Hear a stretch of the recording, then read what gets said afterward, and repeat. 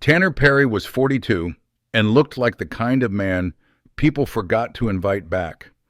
He wore a faded Navy maintenance jacket, drove an old Ford F-150 through downtown Denver before sunrise, and drank burnt coffee every morning at a diner on Blake Street.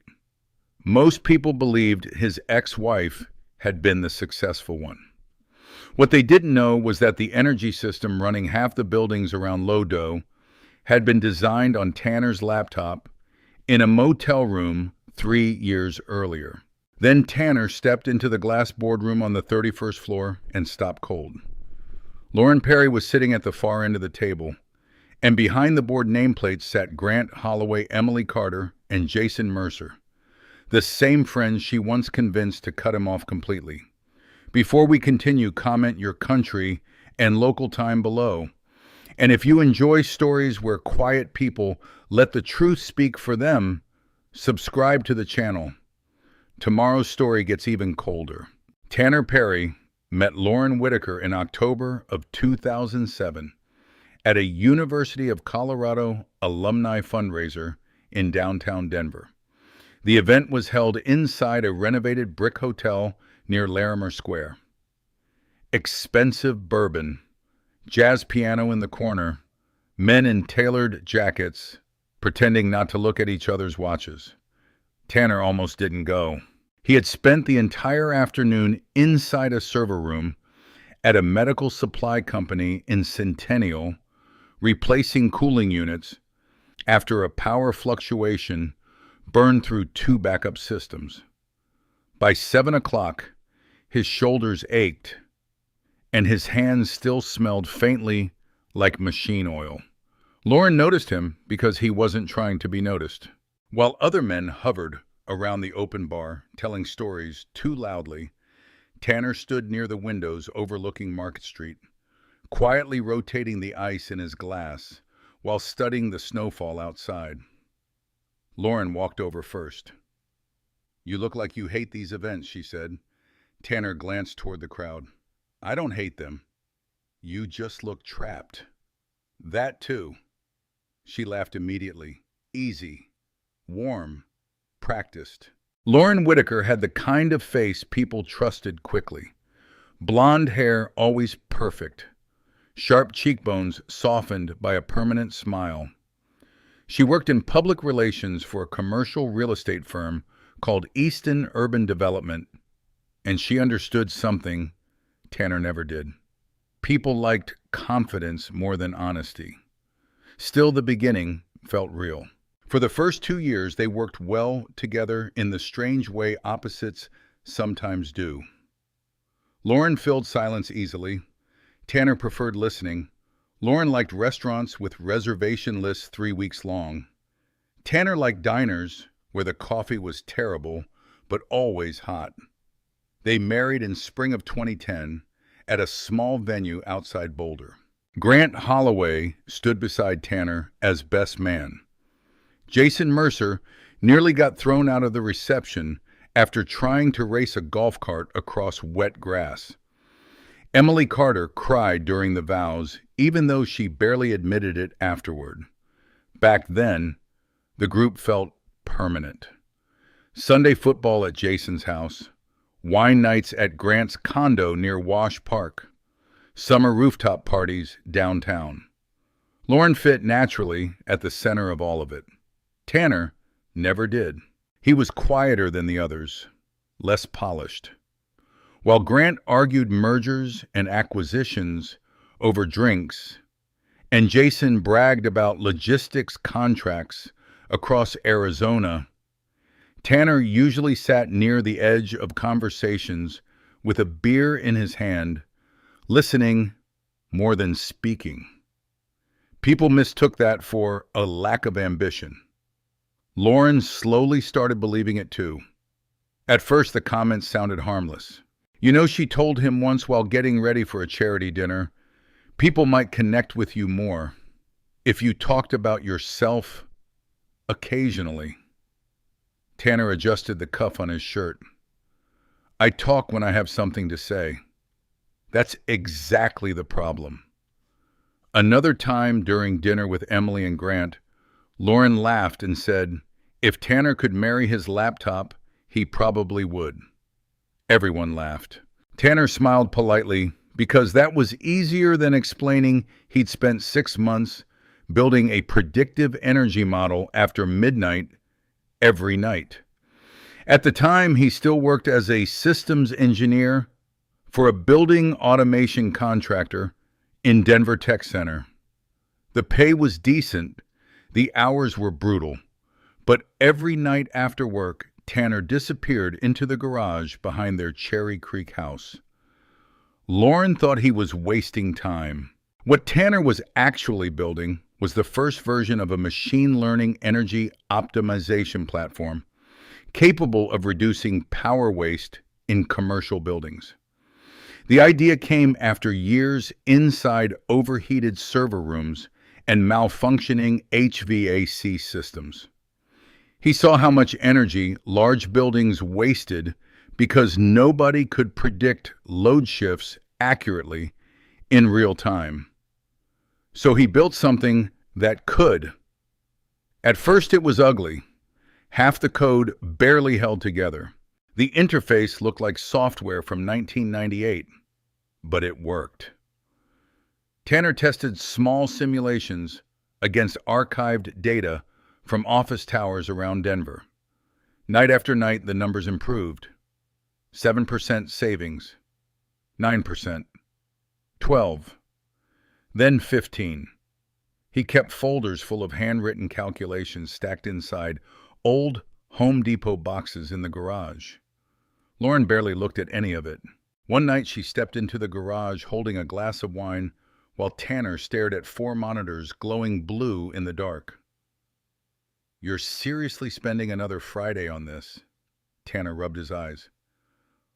I'm close to solving something. Lauren leaned against the doorway. Tanner, normal people don't spend their lives trying to reinvent air conditioning. It's not air conditioning. Whatever it is, nobody cares about utility software. Tanner looked back toward the screen. That sentence stayed with him longer than he expected. Nobody cares. A year later, Lauren started getting promoted faster. Bigger clients, bigger commissions. Her firm handled several luxury developments across downtown Denver, and Lauren thrived around investors, brokers, and executives. Tanner attended dinners where conversations revolved entirely around appearances. Who upgraded houses? Who bought vacation property in Aspen?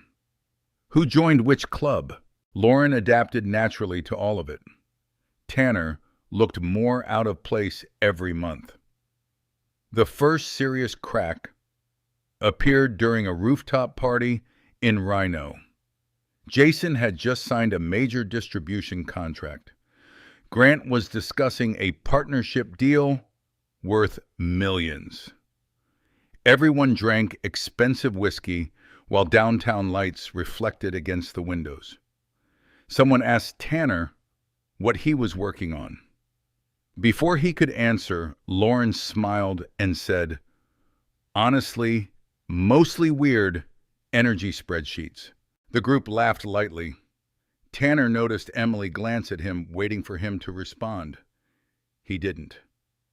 Lauren continued, I keep telling him to stop acting like he's secretly building the next Tesla. More laughter. Tanner took a sip of bourbon and stared out over Brighton Boulevard. He wasn't angry yet, just tired. That night after they got home, Lauren kicked off her heels in the kitchen and said, you could at least try to be social. I was social. You barely spoke. Tanner opened the refrigerator. People were talking. That's not how networking works. He stayed quiet. Lauren folded her arms. You know what your problem is? Tanner closed the fridge slowly. You think being quiet makes you mysterious. It doesn't. It makes people uncomfortable. The sentence landed harder than she realized. Not because Tanner believed it, because he started noticing she repeated versions of it to other people. Small comments first. Tanner's just difficult sometimes. He isolates himself. He gets obsessive. Tiny things. Individually harmless. Together, dangerous. By late 2017, Tanner noticed invitations slowing down. Group texts became shorter. Golf weekends happened without him. Grant stopped calling as often. Jason canceled plans twice in 1 month. Emily still spoke to him kindly, but even she seemed cautious now. Lauren always had explanations ready. You know how busy everyone is. People grow apart. You've been distant too. But Tanner began seeing patterns. One Friday night, he came home early from a service call in Aurora. The house lights were low. Lauren was in the dining room, speaking softly on the phone. She hadn't heard the garage door open. Tanner stopped near the hallway when he heard his own name. No, I'm serious, Lauren said quietly. You only see the calm version of him. Silence. Then she laughed once. If people knew what he was really like, nobody would stick around. Tanner stood motionless in the dark hallway. Lauren kept talking. And for the first time in 12 years, Tanner realized the silence inside his marriage wasn't accidental. Someone had been filling it for him. The dinner happened 2 weeks before Thanksgiving. Lauren chose the restaurant, not Tanner, not by accident. It was a downtown Denver steakhouse with black leather booths, brass lamps, and servers who never wrote anything down. The kind of place where men spoke in low voices about acquisitions and women laughed softly behind wine glasses that cost more than Tanner's monthly truck insurance. Tanner arrived 6 minutes early. He always did. He parked his old Ford F-1503 blocks away because valet parking made him uncomfortable. The November air cut through his coat as he walked past wet sidewalks and glowing restaurant windows. Snow had started falling lightly, not enough to stick, just enough to make the streetlights look blurred. Inside, Lauren was already seated. That told him something. Lauren hated arriving early unless she needed to control the room. Grant Holloway sat beside her in a charcoal suit. Emily Carter was across from him, checking something on her phone. Jason Mercer leaned back with one arm over the booth, already halfway through a whiskey. Natalie Brooks sat next to Emily, wearing a red coat folded neatly over her lap. Tanner paused at the hostess stand. Lauren looked up and smiled. It was the smile she used in public. Clean, bright, empty. There he is, she said. Jason lifted his glass. Tanner, thought you got lost in a boiler room somewhere. Tanner slid into the open seat at the end of the booth. Traffic on Spear. Lauren touched his arm lightly, too lightly, like an actress hitting a mark. We ordered appetizers, she said. You don't mind? No. He did not mind the appetizers. He minded the way everyone had gone quiet for half a second when he arrived. The first 20 minutes moved normally.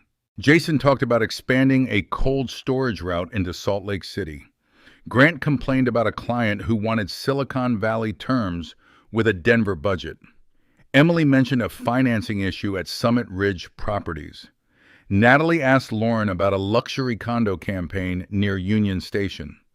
Lauren performed beautifully. She laughed at the right places, asked questions that made people feel intelligent, refilled attention around the table like water. Tanner cut his steak slowly and listened. Then Grant turned toward him. What about you, Tanner? Still working on that energy thing? It was a simple question. Tanner looked up. Yes.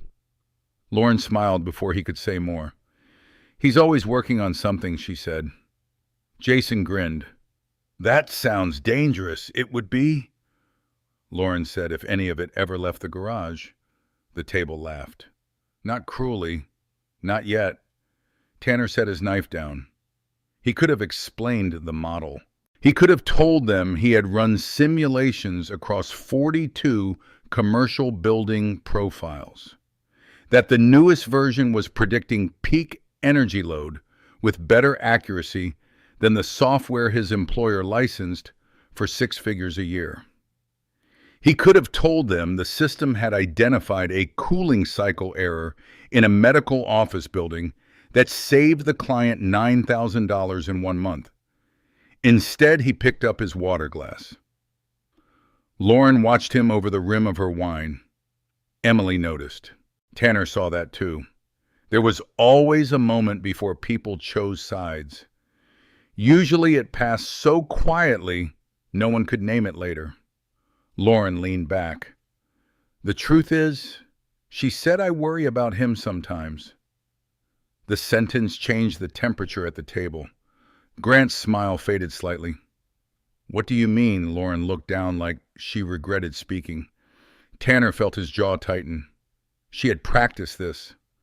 I don't want to get into it at dinner, she said. Jason shifted in his seat. Come on, Lauren. You can't say that and stop. Lauren gave a small, tired laugh.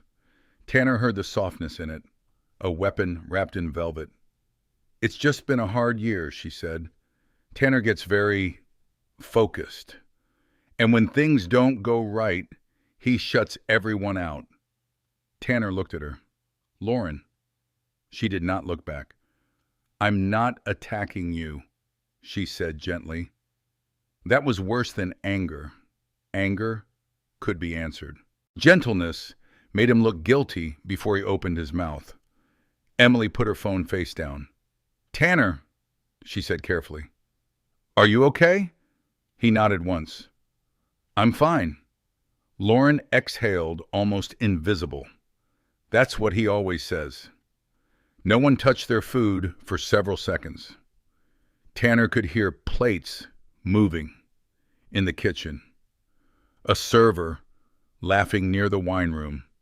Ice cracking inside Jason's glass.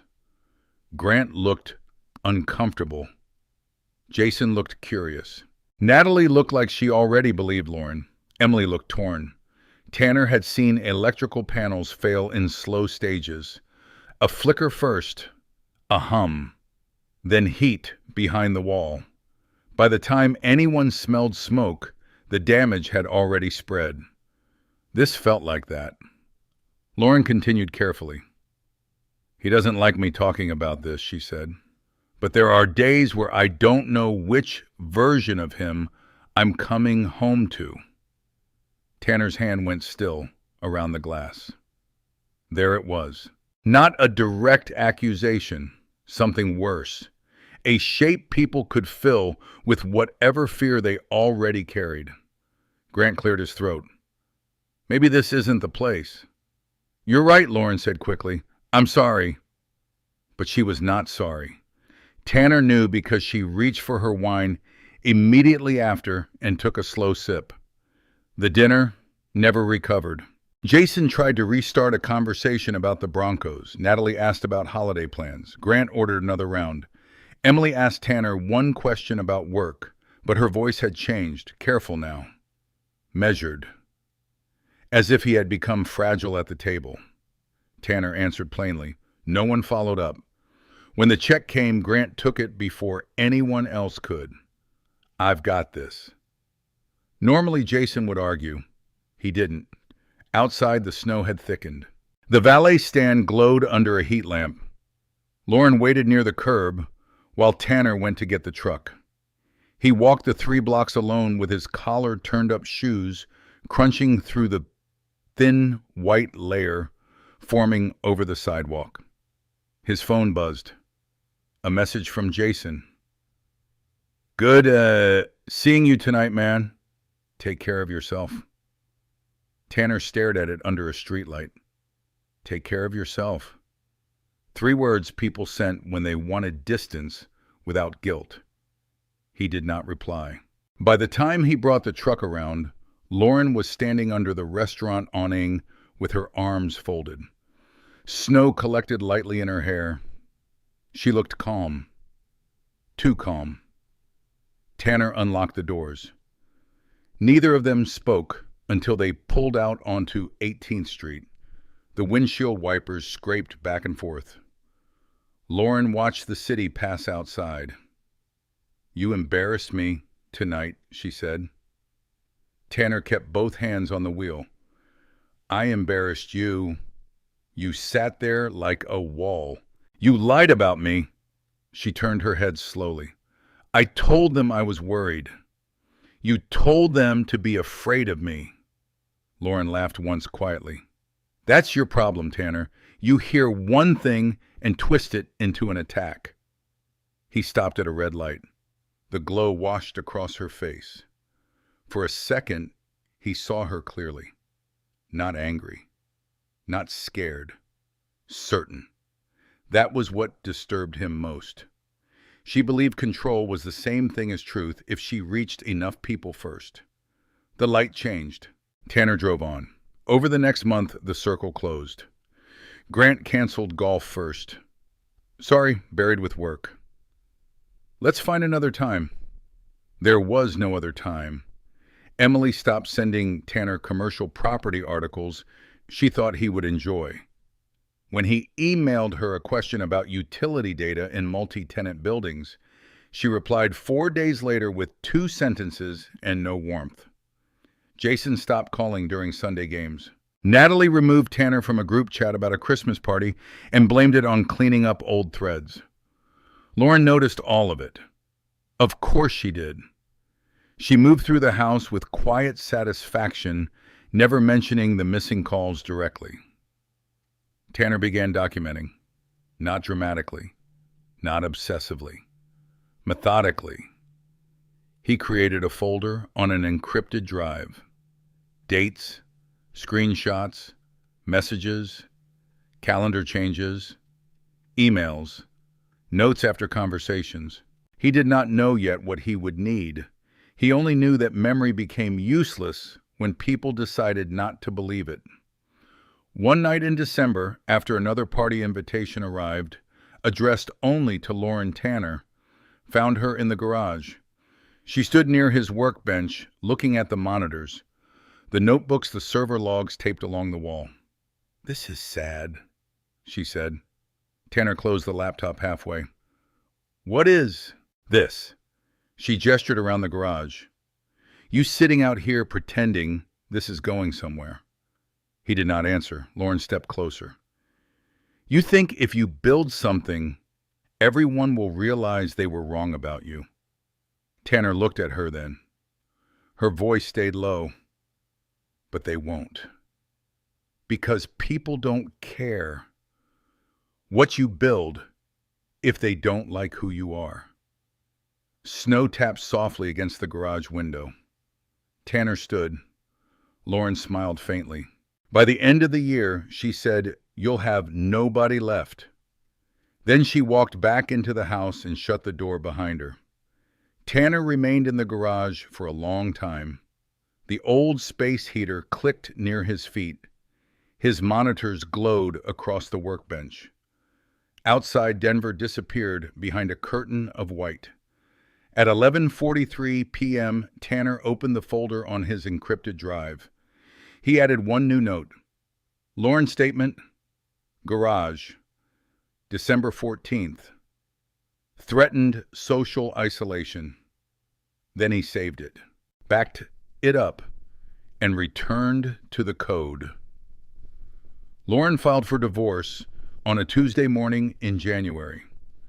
Tanner found out at 6:42 a.m. while standing in line at a diner near Blake Street, waiting for coffee and scrambled eggs. The envelope had been taped to his front door overnight.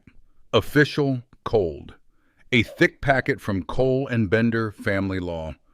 The waitress behind the counter called his name twice before Tanner realized he had stopped moving. Outside, snowmelt ran along the gutters under gray Denver skies. Traffic crawled slowly toward downtown.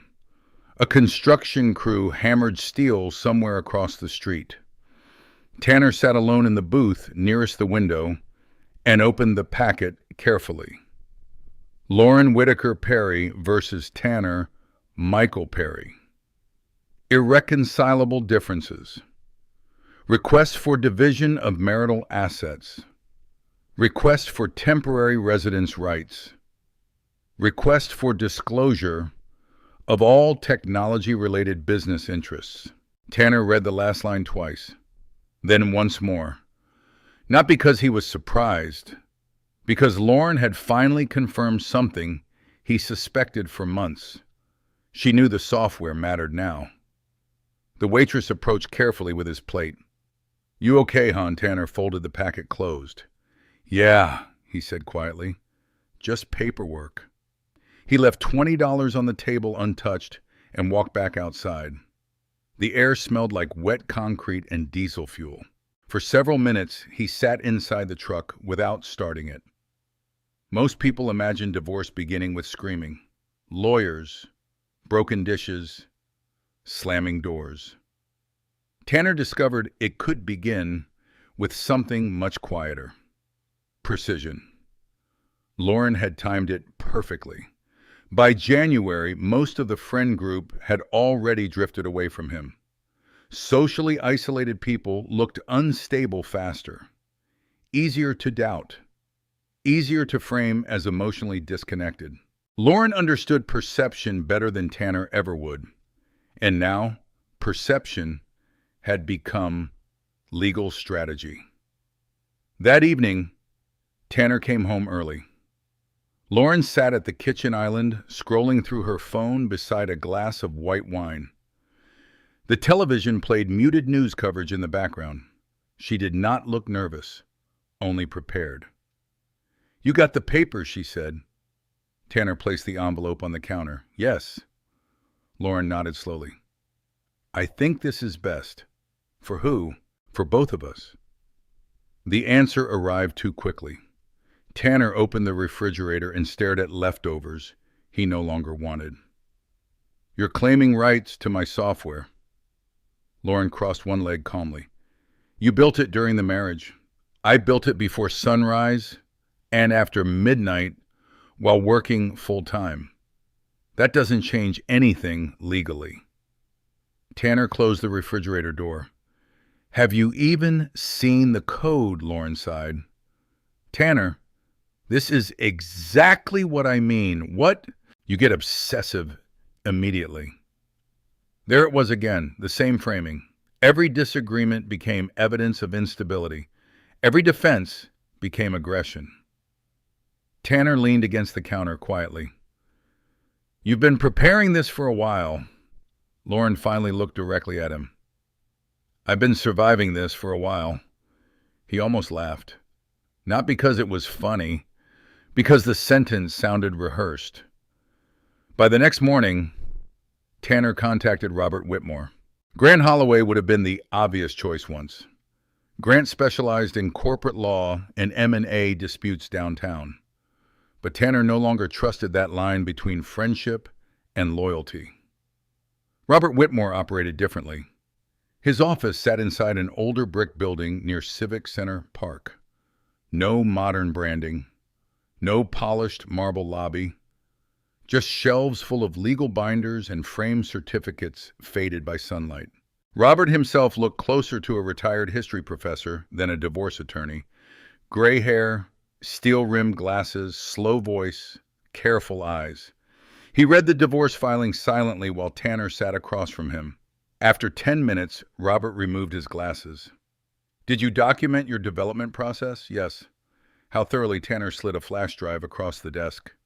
"Server logs, version history, purchase receipts, registration records, timestamps, source backups."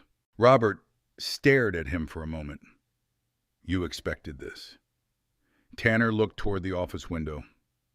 "No," he said. "I prepared for it." That answer changed something. Robert inserted the drive into his computer and began opening folders. thousands of files, version records dating back years, cloud backups, code commits, hardware invoices, energy simulations, handwritten notebooks scanned into PDFs. Lauren had underestimated one thing about Tanner. Quiet men notice patterns, and men who notice patterns tended to keep records. Over the next 3 months, the divorce unfolded through conference rooms and legal filings instead of emotional conversations. Lauren moved quickly. She requested temporary possession of the Cherry Creek house, requested partial ownership claims over any future software profits, requested expanded financial disclosure. Stephanie Cole, Lauren's attorney, handled every meeting aggressively. She was famous in Denver family court for controlled intimidation. Sharp suits, sharp nails, sharper voice. During the second mediation session, Stephanie leaned forward across the table and said, "Mr. Perry appears to have spent years hiding marital assets inside undeclared technology projects. Robert Whitmore didn't even blink. No undeclared assets exist," he said calmly. "We have complete developmental records." Stephanie smiled thinly. "Your client spent substantial marital time building private commercial software." Tanner finally spoke. "I spent substantial marital time paying the mortgage too." Stephanie ignored him. Lauren sat quietly beside her legal team with an expression Tanner recognized immediately. Concern.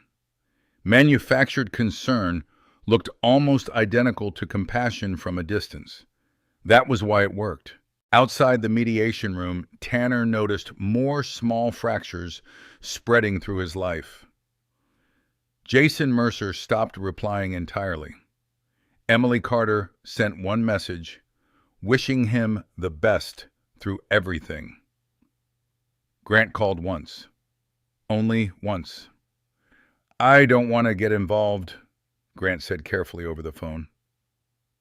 Tanner stood inside the garage during the call, staring at lines of code moving across his monitor. "I didn't ask you to." Grant hesitated. "Lauren's worried about you, Tanner."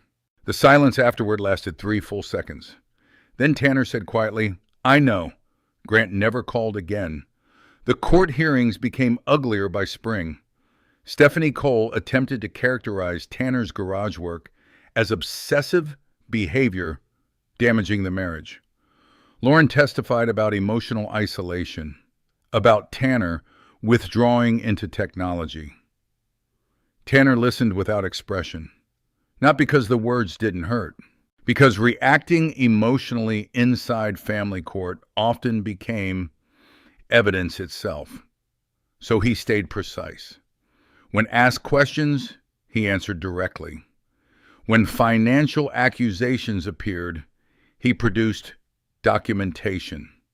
When Lauren implied he concealed software income, Robert introduced time-stamped tax records showing no commercial revenue existed during the marriage. Facts moved slower than emotion, but they moved heavier. One afternoon during a hearing inside Denver District Court, Stephanie attempted one final angle. "Mr. Perry," she asked smoothly, "would you agree your technology pursuits became more important to you than your relationships?" The courtroom stayed silent. Tanner looked briefly toward Lauren, then back toward Stephanie. "No," he said. Stephanie waited. Tanner continued, "I think some people confuse silence with absence." Even the judge looked up at that. Lauren's jaw tightened slightly for the first time all morning. The divorce finalized in late June. Lauren kept the Cherry Creek house. Most shared investment accounts were split, furniture divided, vehicles assigned. The friend group disappeared almost entirely overnight, but North Peak's core architecture remained legally Tanner's alone. Every line of code, every algorithm, every developmental right. Stephanie Cole looked irritated when the final ruling was read. Lauren looked stunned, not emotional, surprised, as if she had expected Tanner to fold eventually from pressure alone. Outside the courthouse, reporters from another hearing crowded the steps under bright summer sunlight. Lawyers moved in clusters. Traffic rolled heavily down Colfax Avenue. Lauren exited with Stephanie without speaking to Tanner. She wore dark sunglasses despite the clouds. Robert Whitmore stood beside Tanner, near the railing overlooking the street. "You did well," Robert said. Tanner adjusted the strap of his messenger bag. "It doesn't feel like winning," Robert nodded once. "Most real victories don't."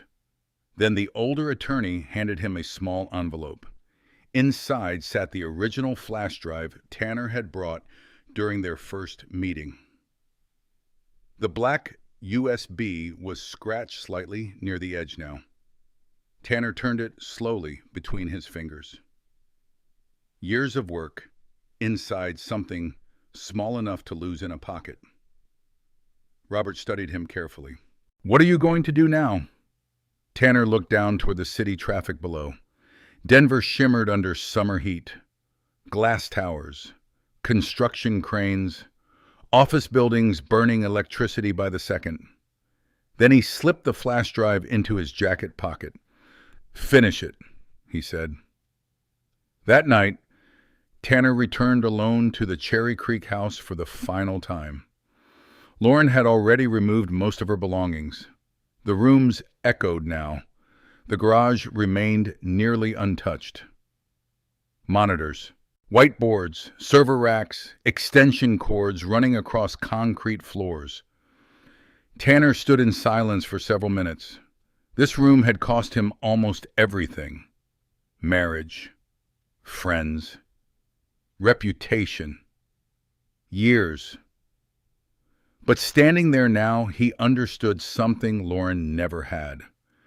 People only called obsession dangerous when it failed.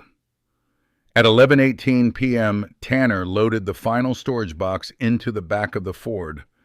Then he shut the garage lights off and drove away with the code.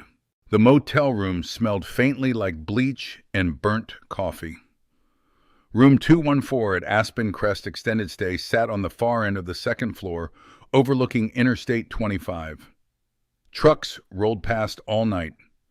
The ice machine near the stairwell rattled every 40 minutes. The yellow curtains never fully closed, leaving thin strips of highway light across the carpet until morning. Tanner Perry moved in with 2 duffel bags, 3 storage boxes, 4 monitors, and a folding table he bought from Walmart for $38. That was everything, at least everything that still mattered. The divorce had finalized 3 weeks earlier. Lauren kept the Cherry Creek house, most of the furniture, most of the shared social life too. Tanner kept the code. Some nights he wondered if that had been the more expensive half. The first evening inside room 214, he assembled his workstation in silence. Folding table against the wall. Monitors side by side. Backup drives beneath the television. White legal pads stacked near the microwave. At 11:07 p.m., he powered the system on. Blue light filled the room immediately. Outside rain struck the motel railing. Inside, Tanner opened the North Peak architecture files and continued working exactly where he left off before the divorce hearings began. Not because he felt motivated, because stopping would have made the losses permanent. His daily routine became mechanical after that. Up at 5:10 a.m. coffee from the motel lobby, if the machine worked. Drive 23 minutes south to a commercial office complex near Centennial. Repair VAC systems. Inspect control panels. Replace damaged sensors. Answer service tickets nobody else wanted. Then drive back north after dark and work on North Peak until 2 or 3 in the morning. Repeat. Days blurred together. The motel residents changed constantly. Traveling nurses, divorced salesmen, construction workers, families waiting for apartment approvals. Nobody asked questions if you kept your head down. Tanner preferred it that way. The room itself looked increasingly less human over time. Cables spread across the floor like veins. Whiteboards leaned against walls covered in formulas and airflow diagrams. Half-empty coffee cups gathered near the monitors. Energy simulations ran overnight while Tanner slept 4 hours at a time beside the hum of cooling fans. Still progress accelerated. Without Lauren's criticism, without social obligations, without dinners pretending to impress people he no longer trusted. North Peak improved rapidly. Tanner rebuilt the prediction engine from scratch using occupancy behavior models instead of fixed schedules. The software adapted in real time now. It learned load fluctuations from weather shifts, elevator usage, even parking garage traffic patterns. The results became impossible to ignore. Simulation after simulation showed the same thing.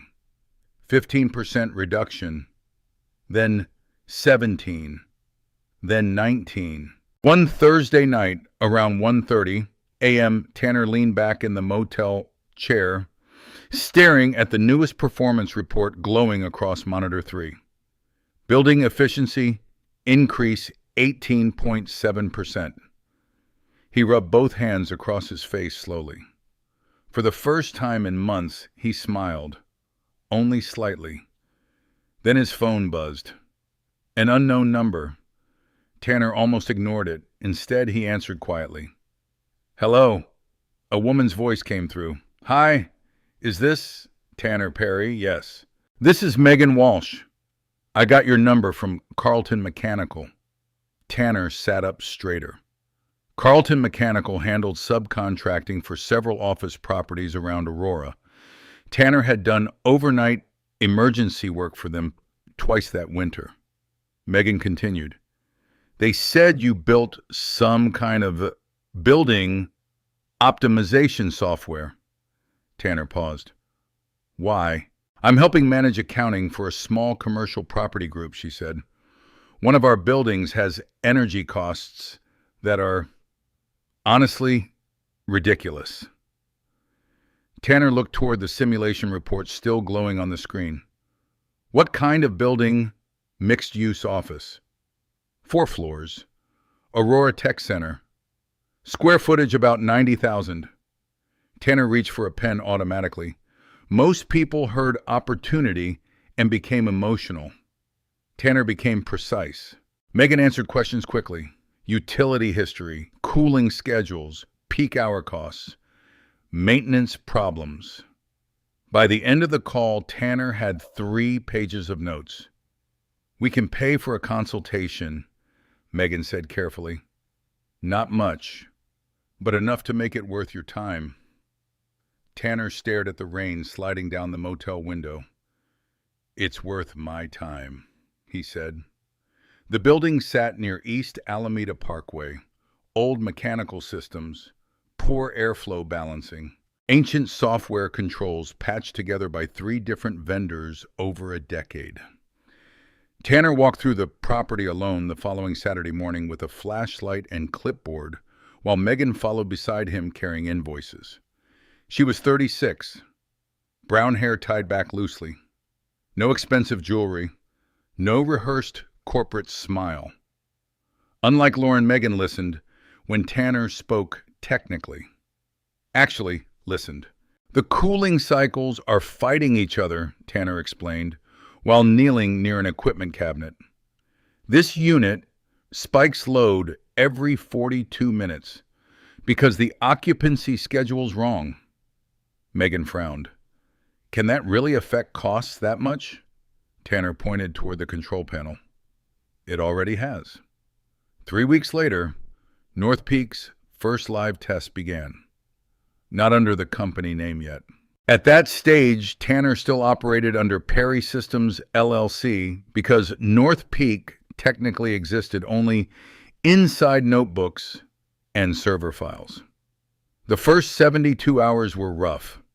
Sensor failures, bad data, a corrupted weather integration feed. Tanner slept inside room 214 for maybe 9 hours total that week. But on day 6, the system stabilized and the numbers changed. Electric demand dropped gradually across all 4 floors. Cooling efficiency improved. Runtime waste declined during non-peak occupancy. By the end of the month, the property owners saw an 18.7% reduction in energy costs. The building manager thought the utility company made a mistake. Megan called Tanner immediately after the report finalized. "You need to look at this," she said. "I already did." "No, I mean, really look at it." Tanner opened the spreadsheet again. Savings estimate $8,412 monthly. He stared silently. Not because the number shocked him, because the system had finally worked outside simulations. Real building, real load, real money. For several seconds, neither spoke. Then Megan asked quietly, "Did you know it would work?" Tanner leaned back in the motel chair. "Yes." That answer stayed with Megan. Over the next few months, she became the first person, besides Tanner, who truly understood what North Peak could become. Not just software, infrastructure. The larger the building, the larger the savings. And commercial real estate in Denver was exploding. Downtown towers, medical complexes, distribution warehouses, hotels, every one of them bleeding energy through outdated automation systems. One evening, Megan visited room 214 to review accounting projections. She stopped inside the doorway. The motel room looked exhausted. Open notebooks everywhere, pizza boxes stacked near the trash can. Tanner asleep sideways on the bed in jeans and a thermal shirt, while simulation models rolled across the monitors. Megan stood there quietly for several seconds. Then she walked to the desk and saw something taped beside the screen. A printed sentence. "People only call obsession dangerous when it fails." Megan read it once, then looked back toward Tanner, sleeping under highway light filtering through the curtains.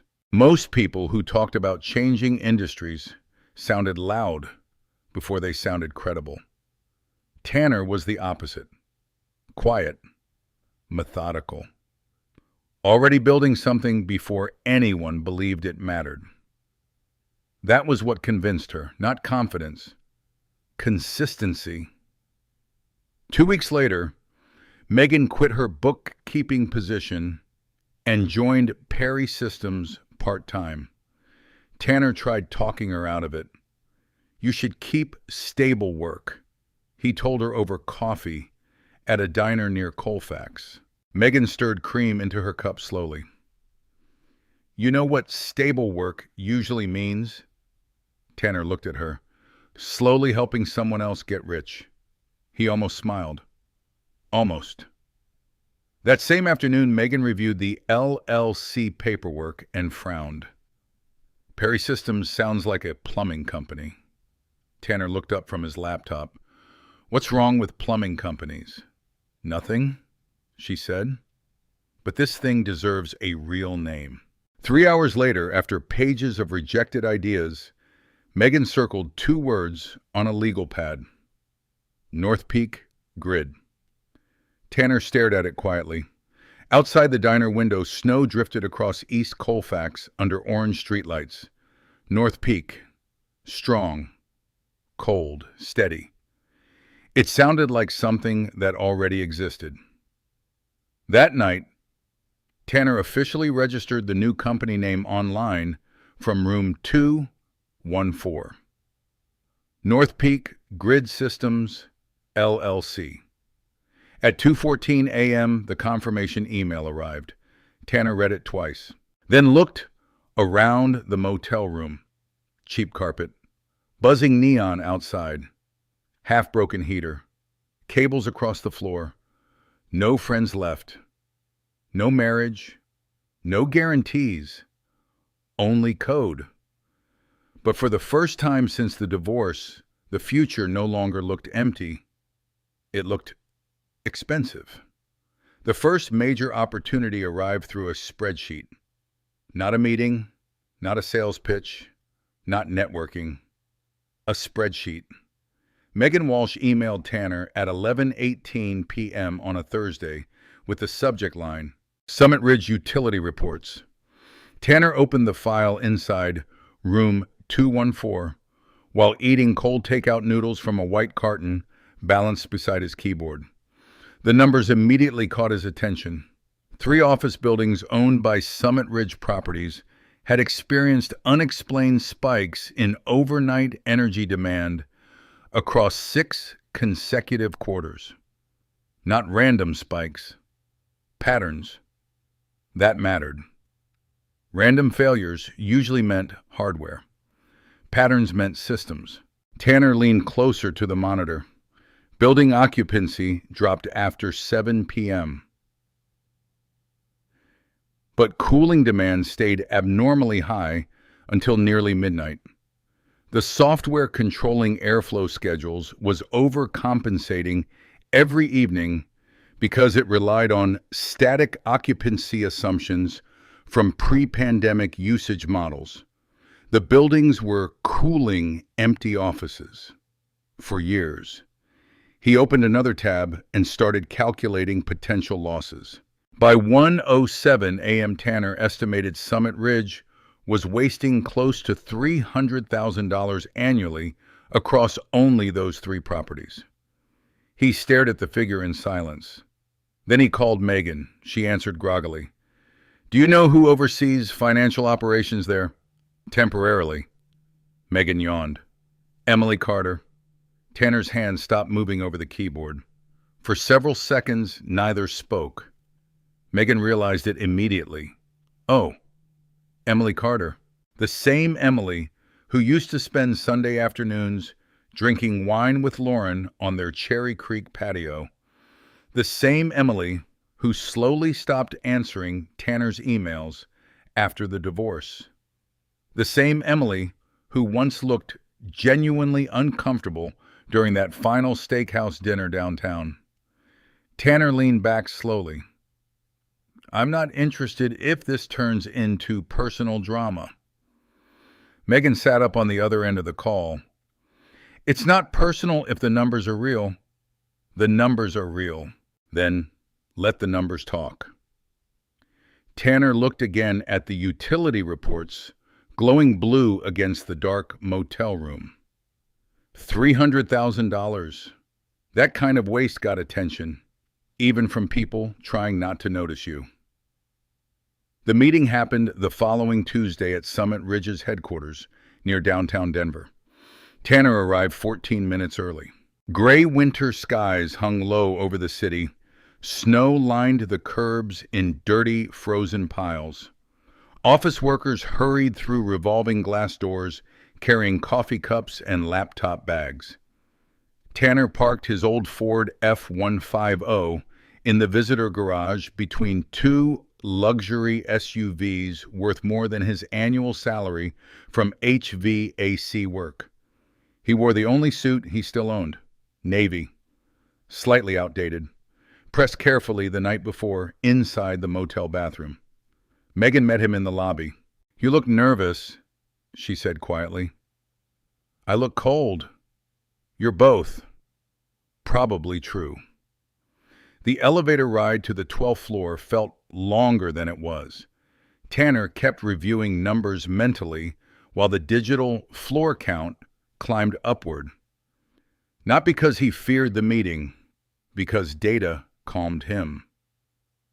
Conference Room B overlooked downtown Denver through floor-to-ceiling windows. Emily Carter stood near the far side of the room, speaking with two property managers when Tanner entered. She turned and froze slightly, only slightly. But Tanner noticed.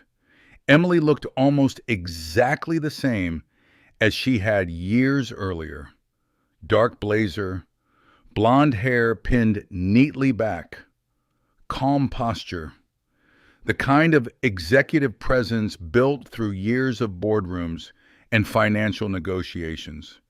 But the warmth she once carried around Tanner had been replaced by caution, professional caution. "Tanner," she said carefully. "Emily." The property managers exchanged glances. Megan stepped forward quickly. "This is the energy optimization consultant I mentioned." Consultant, not founder, not owner, probably intentional. Emily motioned toward the conference table. "Let's see what you found." Tanner connected his laptop without small talk. The projector flickered alive. Utility charts filled the screen immediately. No flashy graphics, no polished branding, just numbers. Good numbers. Tanner began quietly. "Your overnight cooling demand is averaging 31% above projected occupancy load." One property manager frowned, "Meaning you're paying to cool mostly empty buildings." Emily crossed her arms. "And you know that," how Tanner enlarged several graphs. "Your current automation software uses fixed scheduling, but occupancy behavior changed after remote work adjustments. Your HVAC systems are compensating for outdated assumptions." The second property manager leaned forward slowly. Tanner continued, "Your buildings aren't malfunctioning. They're reacting exactly how they were programmed to react."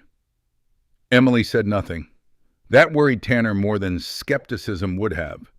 She listened the way finance people listened before deciding whether something was dangerous or valuable, sometimes both. For nearly 40 minutes, Tanner walked them through system behavior models, airflow inefficiencies, predictive scheduling, logic, and live energy projections. No exaggeration, no sales language, just evidence. At one point, Emily interrupted him. "What exactly are you selling?" Tanner paused. "A management system." "You built this yourself?" "Yes." "When?" "Over several years." Emily studied him for a long moment after that. Not the software, him. Tanner recognized the expression immediately. Comparison. She was comparing the man in front of her with the version Lauren had spent years describing. The emotionally unstable husband, the isolated obsessive, the difficult man. But difficult men usually didn't arrive with perfectly organized audit models and 12 months of predictive simulations cross-referenced against utility records. Emily looked back toward the screen. "If this works," she said carefully. "What kind of savings are we talking about?" Tanner clicked once. A projection table appeared.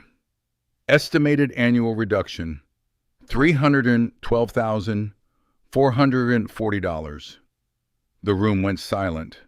One of the property managers actually laughed once under his breath. "Jesus." Emily didn't laugh. She stared at the number for several seconds, then asked the most important question in the room. "How do we verify it?" Tanner almost respected her more for that than anything else she had said during the meeting. Most executives wanted promises. Emily wanted audit procedures. "You hire an independent review firm," Tanner said calmly. "I'll provide system access and baseline data." Emily nodded slowly. The meeting ended without dramatic reactions. No handshakes celebrating the future, no sudden excitement, just business cards and measured expressions. But Tanner noticed something small while disconnecting his laptop. Emily stayed behind after everyone else left. She stood near the windows overlooking downtown traffic while Megan organized paperwork. Finally, Emily spoke quietly. "You really built this?" Tanner slid the laptop into his bag. "Yes." "All of it, yes." Emily looked down briefly. "You should have told people." Tanner almost answered immediately, then stopped, because the truth was more complicated than that. He had tried, just not loudly enough for people who preferred confident performances over quiet work. Instead, he said, "It works either way." Emily gave a small nod. Not agreement.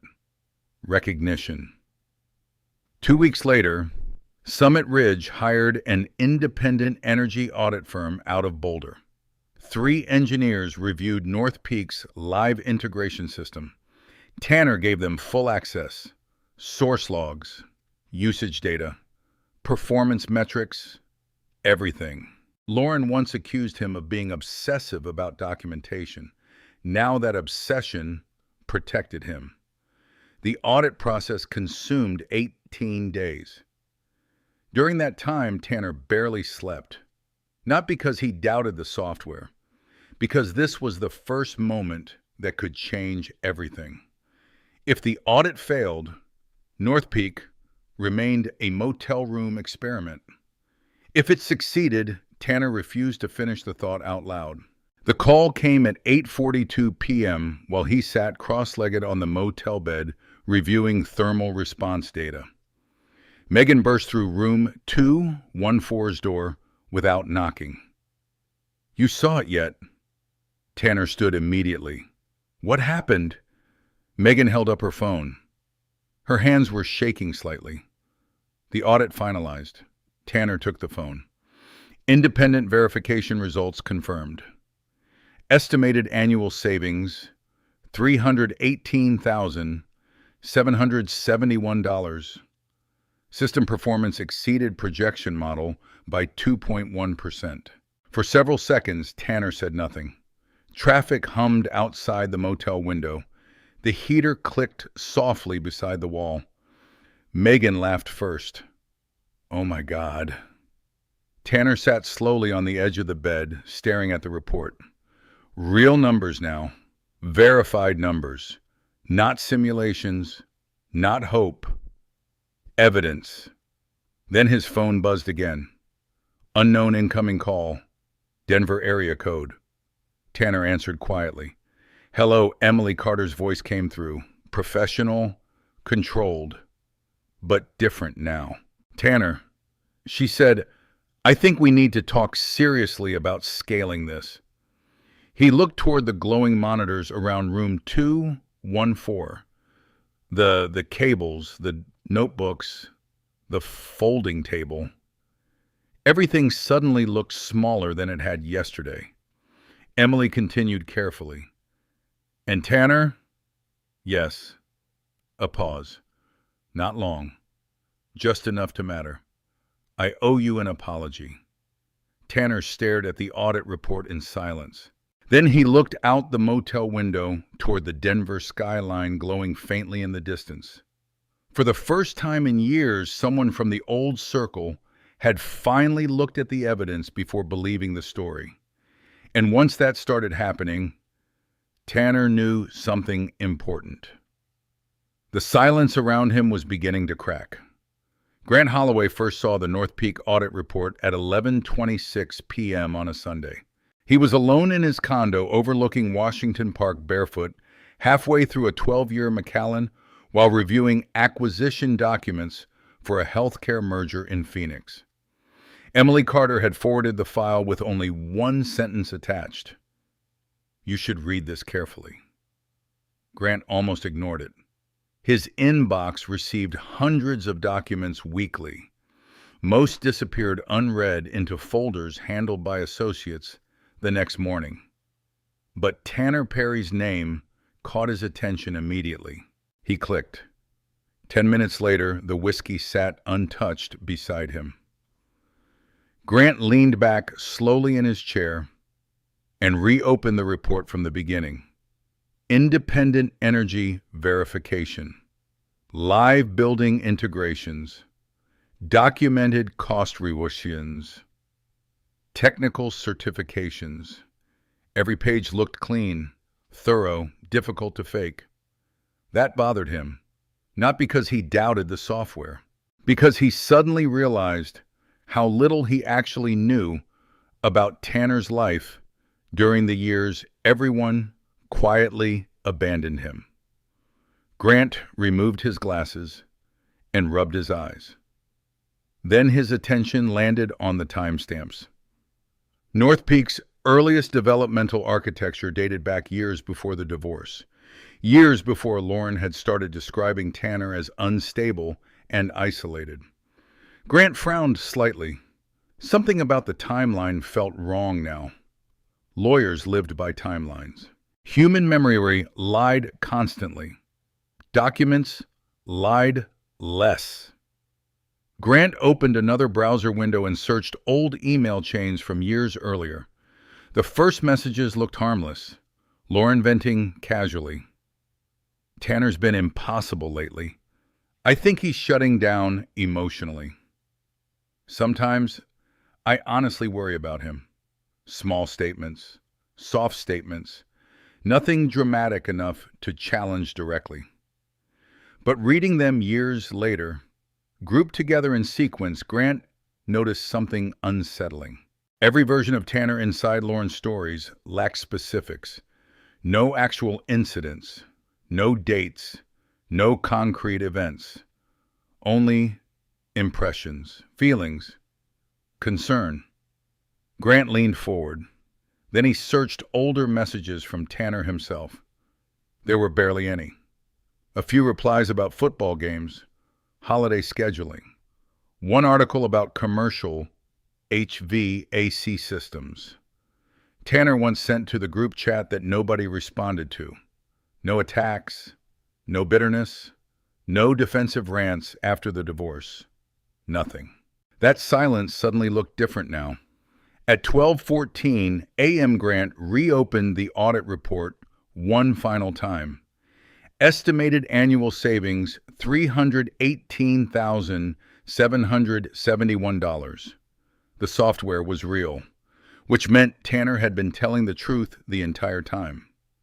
Grant stared out at the dark park below his condo windows.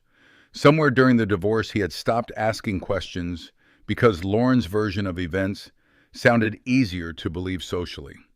Quiet men created discomfort. Confident people created narratives.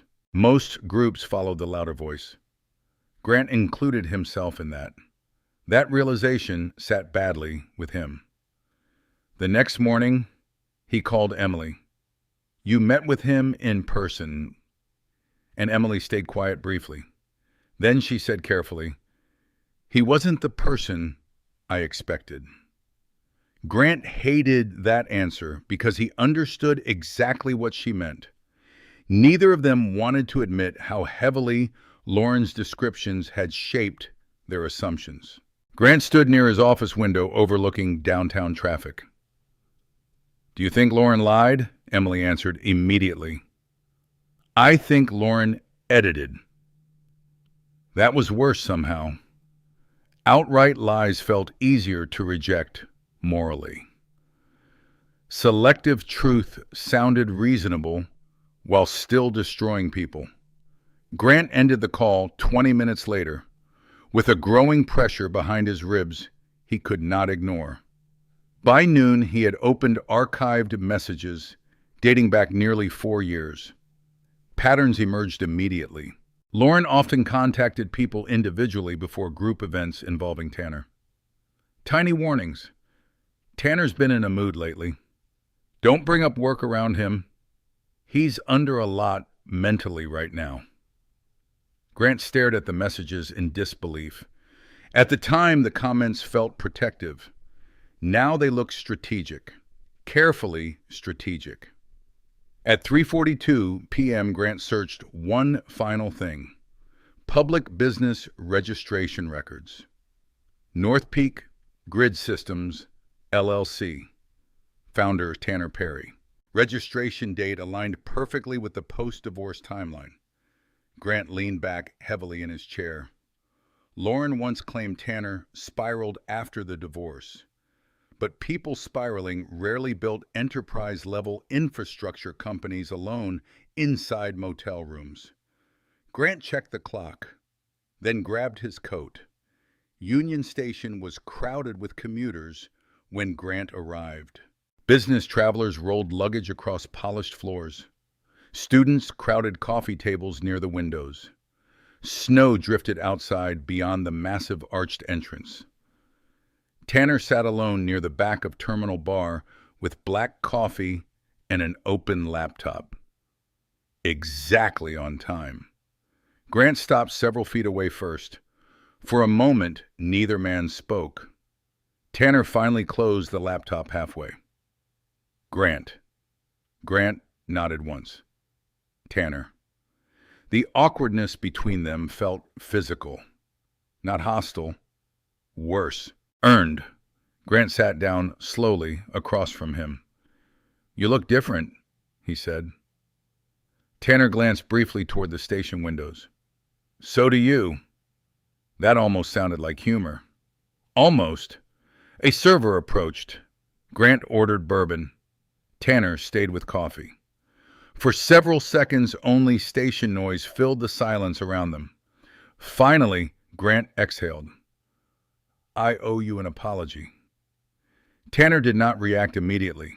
Not cold, not forgiving, just listening. Grant continued carefully. "I should have talked to you directly during the divorce. You made your decision. I made assumptions." Tanner stirred the coffee once without drinking it. Grant noticed the changes in him immediately, now that he was actually looking. The exhaustion around the eyes, the calmness, the complete absence of performance.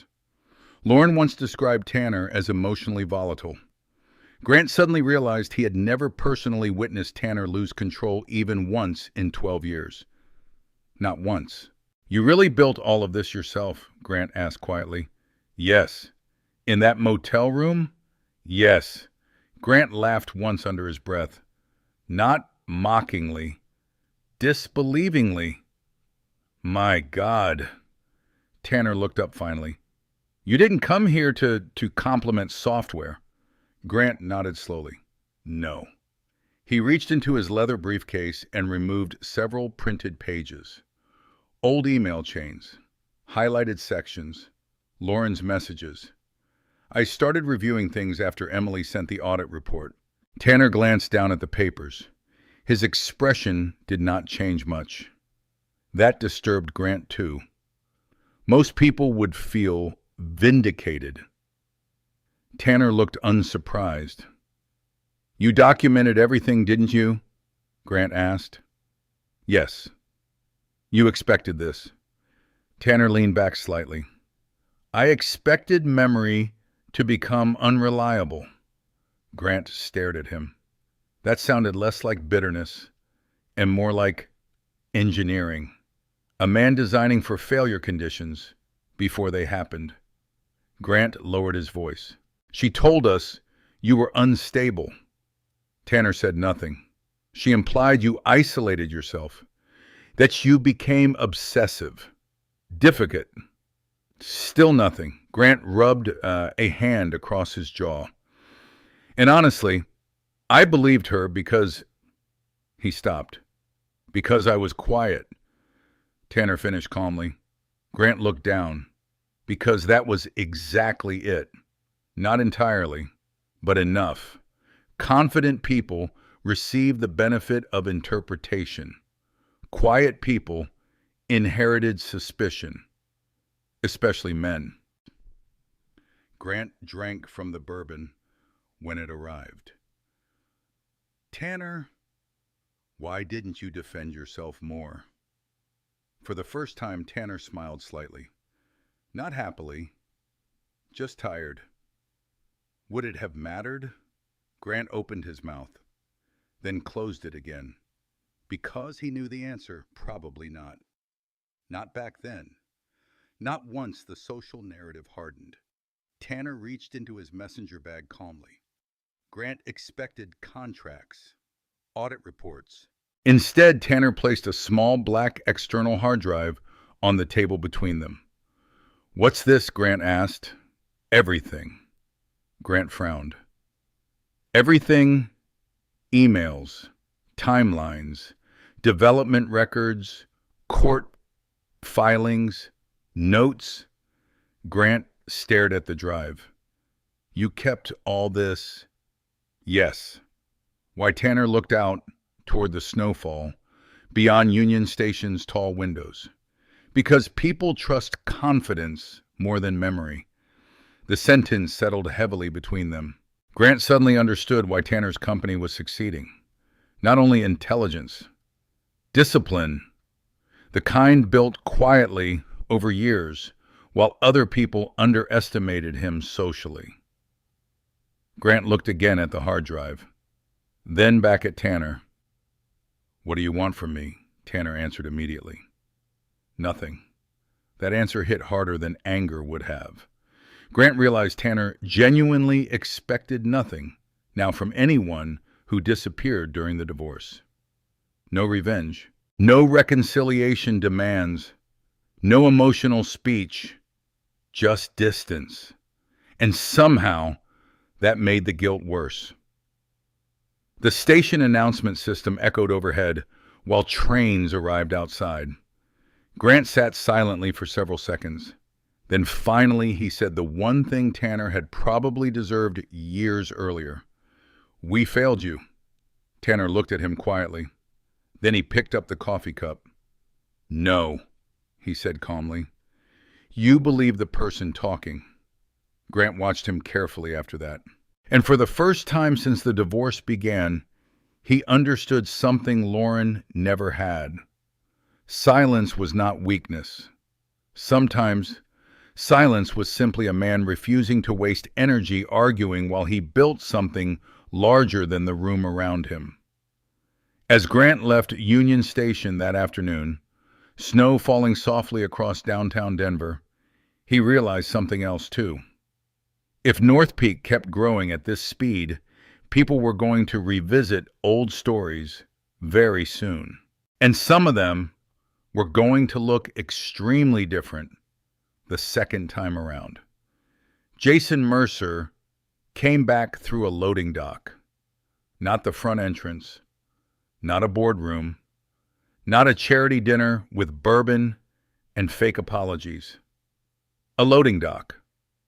The warehouse sat in Commerce City, just northeast of Denver, surrounded by rail lines, diesel smoke, and rows of refrigerated trailers humming beneath gray winter skies.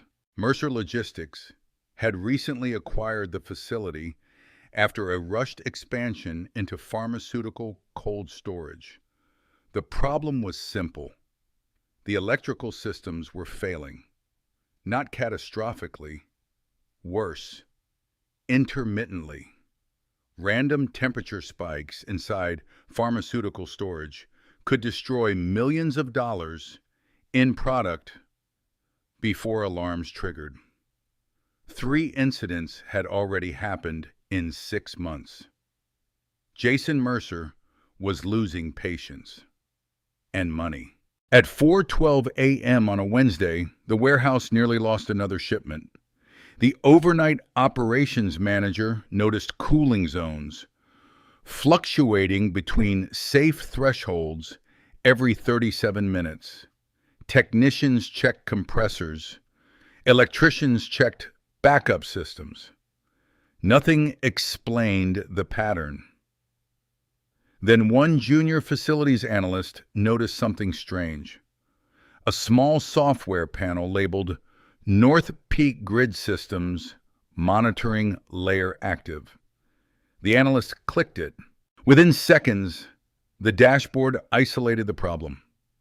An automated load balancing conflict between 2 aging refrigeration units was creating synchronized power surges across adjacent cooling sectors. The system predicted full failure in 92 minutes. Maintenance crews shut the sequence down just in time.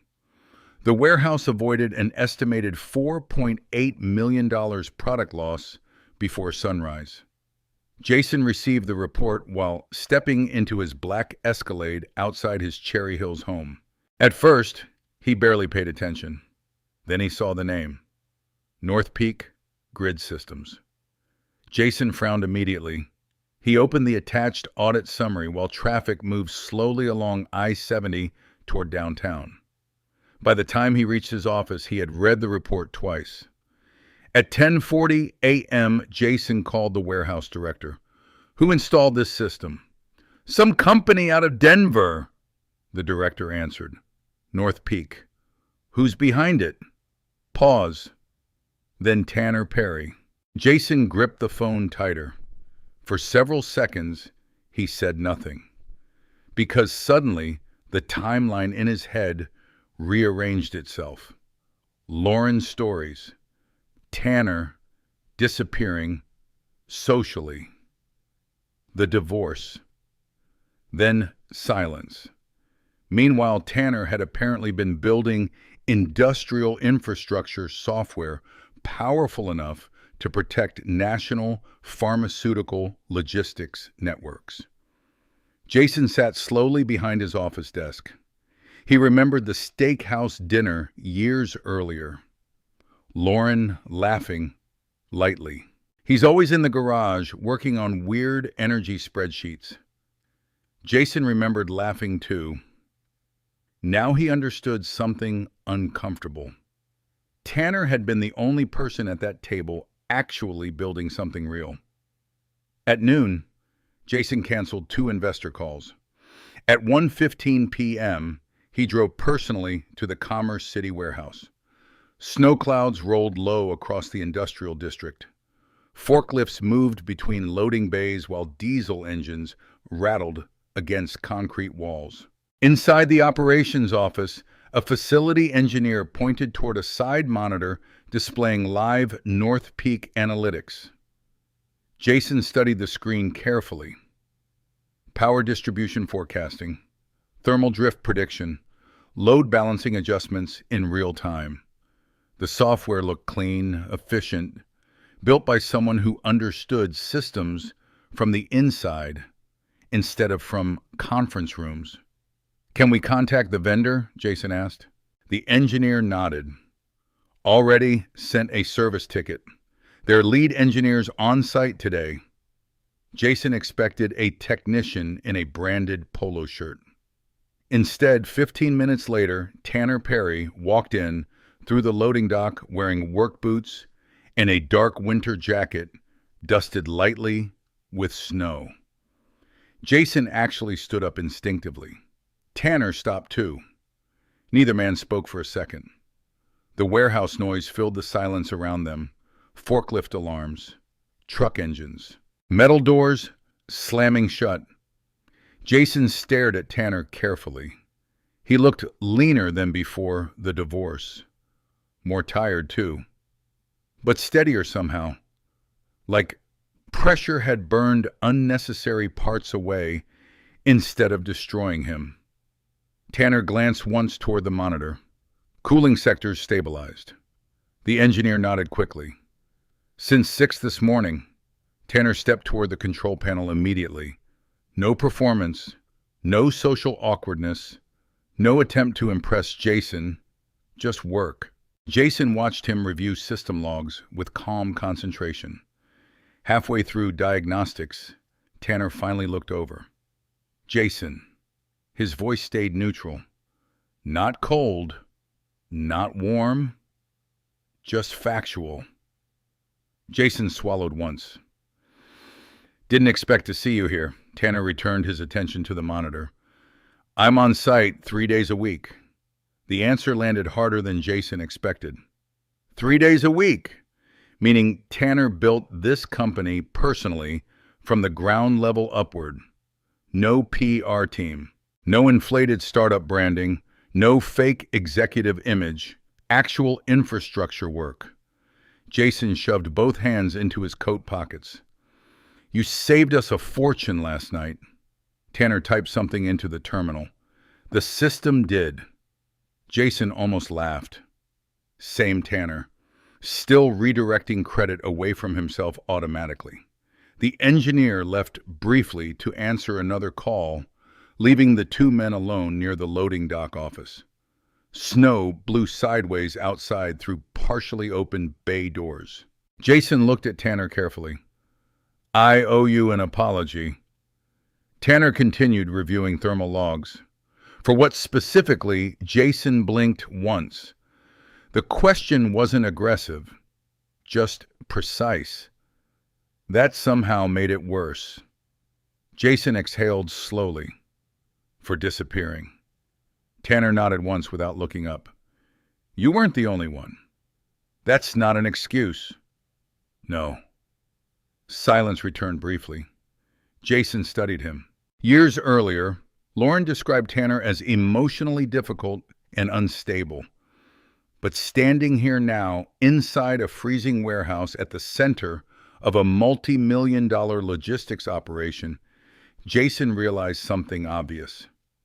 Unstable men didn't build systems trusted with pharmaceutical storage infrastructure. They especially didn't build them quietly. Jason rubbed a hand across his jaw. She told us things. Tanner's expression barely changed. I know. You never defended yourself. That finally made Tanner pause. He looked toward the open loading dock where snow drifted across concrete outside. Then he answered calmly. People usually decide who they believe before the conversation starts. Jason had no response to that, because it was true, especially socially, especially in groups. The warehouse engineer returned carrying updated diagnostic reports. Tanner reviewed them quickly. Then he turned toward Jason. You still running Arizona routes? Jason nodded automatically. Yeah. How many cold storage facilities now? 11. Tanner considered that silently for a second. Then he pointed toward the monitor. Your systems are vulnerable in at least 6 of them. Jason frowned immediately. You know that how? Same refrigeration architecture, same vendor generation, same load balancing patterns. Jason stared. Tanner stepped closer to the dashboard and enlarged several thermal charts. Your facilities compensate manually during peak strain windows. It works temporarily, but eventually the systems start cycling against each other. Jason looked down at the data. Everything Tanner said aligned perfectly with operational problems his managers had been fighting for months. How long until failure? Jason asked quietly. Tanner studied the chart. Depends on usage. Then he pointed at one sector. But this location in Phoenix, he tapped again. 3 to 5 months. Jason felt a slow chill move through him unrelated to the warehouse temperature. Not because Tanner sounded dramatic, because he sounded certain. That certainty came from competence, not ego. And Jason suddenly understood why Emily called him earlier that week, sounding almost shaken after seeing North Peak's audits. Tanner wasn't surviving after the divorce. He was scaling fast. Jason looked again around the warehouse office.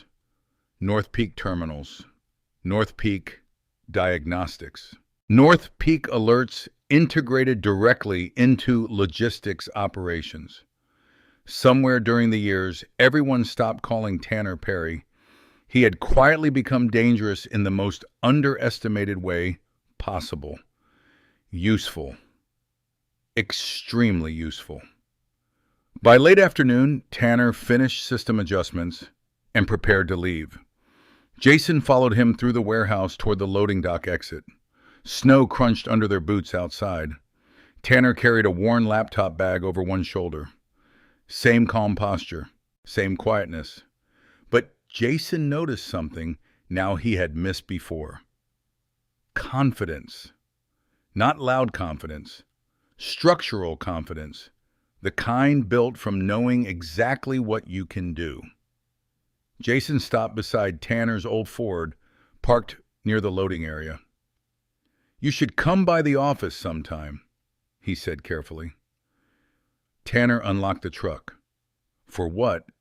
Jason smiled faintly. "Because I think North Peak should be running every warehouse I own." Tanner studied him for a moment. Not emotionally, evaluating. Then he nodded once. "We can review the facilities. Business. Clean, simple." Jason almost respected that more than forgiveness. As Tanner climbed into the truck, Jason suddenly spoke again. "Tanner." He looked up. Jason hesitated, then finally said the thing that had bothered him all day. "We should have known better." Tanner rested one hand on the steering wheel. Snow drifted softly between them. Then he answered, quietly. "You believed the loudest version." The engine started. Moments later, the old Ford pulled away from the warehouse and disappeared into the falling snow. Jason stood there, watching until the truck vanished beyond the industrial rail lines. Then he looked back toward the warehouse glowing behind him. North Peak software was already running inside every refrigeration sector. And for the first time, Jason understood something Lauren never saw coming. The man she isolated socially had quietly positioned himself inside industries too important to ignore. North Peak stopped feeling temporary sometime during the second winter. Not because Tanner Perry celebrated anything. He didn't. The moment arrived quietly one Tuesday morning when he unlocked the door to a newly leased office suite near Lodo and realized there were too many people inside for him to know what everyone was working on anymore. That changed him more than the revenue reports did. For nearly 3 years, North Peak had existed inside motel rooms, server closets, borrowed workspaces, and Tanner's own exhaustion.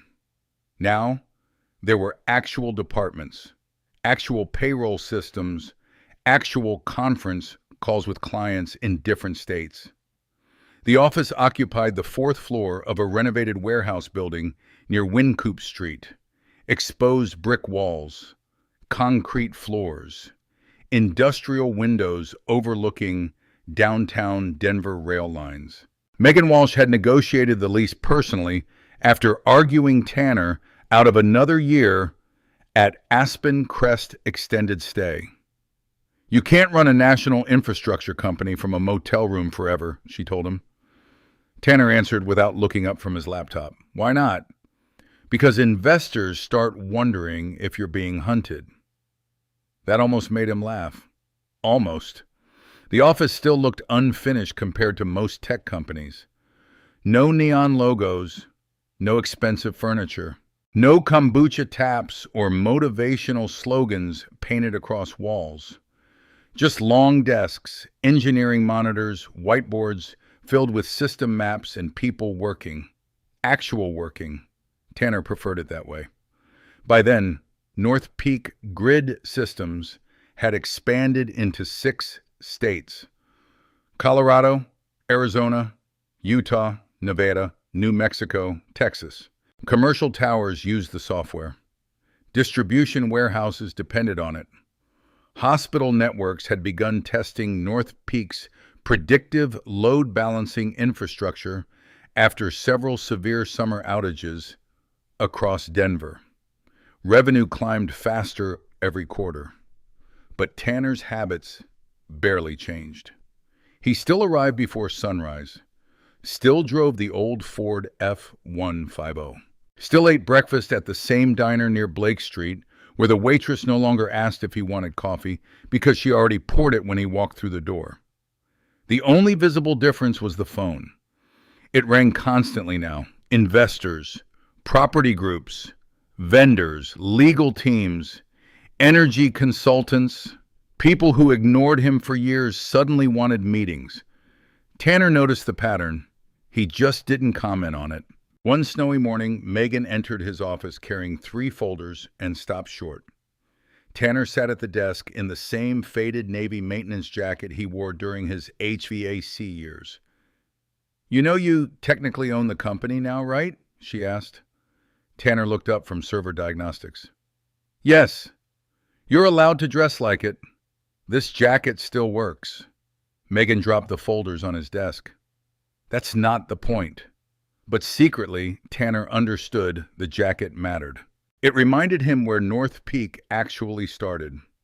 Not in venture capital meetings, not in luxury offices.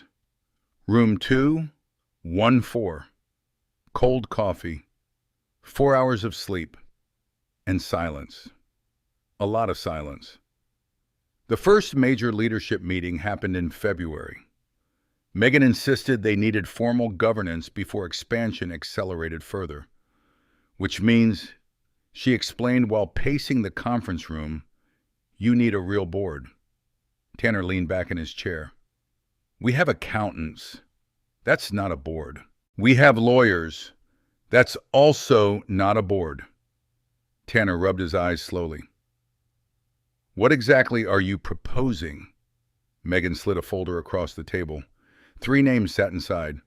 Emily Carter, Grant Holloway, Jason Mercer. Tanner stared at the list quietly. Outside the conference room, windows snow drifted over downtown Denver rooftops. You're serious, he said. Yes. They disappeared, and they came back. That's not the same thing. Megan crossed her arms. No, it isn't. Silence settled briefly. Tanner looked again at the names. Emily brought financial credibility and commercial property relationships. Grant specialized in corporate structure and acquisitions. Jason controlled logistics networks across multiple states. Strategically, Megan was right. Personally, that part felt more complicated. Not emotional exactly, just unfinished. 3 days later, Emily Carter visited North Peak headquarters for the first time. She walked slowly through the engineering floor, studying wall-sized infrastructure maps and live system dashboards glowing across monitors. This is much bigger than I expected, she admitted quietly. Tanner stood beside her. It grew quickly. Emily gave him a look. No, she said carefully. It grew quietly. That sentence stayed with him, because it was true. North Peak expanded the same way Tanner rebuilt himself after the divorce. Without announcements, without performance, without asking permission. Inside the conference room, Megan reviewed expansion forecasts, while Emily listened closely. Projected national scaling, infrastructure licensing, energy partnerships, possible acquisition interest within 2 years. Emily finally leaned back. You need institutional structure. Immediately, she said. Megan pointed toward Tanner. Tell him that. Emily looked at Tanner directly now. Companies fail at this stage because founders think surviving alone means they should continue alone. Tanner folded his arms. I survived fine. Emily's expression softened slightly. That's not what I meant. For a second, the room grew quiet. Then Emily added carefully, you shouldn't have had to. Tanner looked away first. 2 weeks later, Grant Holloway arrived. Unlike Emily, Grant immediately understood what North Peak represented financially. He reviewed contracts for 90 minutes in complete silence before finally removing his glasses. Tanner, he said slowly, do you understand what this company could be worth in 5 years? Tanner shrugged slightly. Enough to keep the servers running. Grant laughed once under his breath, then stopped laughing when he realized Tanner was serious. What you built isn't a software product anymore, Grant said. It's infrastructure dependency. That mattered. Infrastructure dependency meant clients couldn't easily leave once integrated deeply enough into operations. Grant looked around the conference room carefully.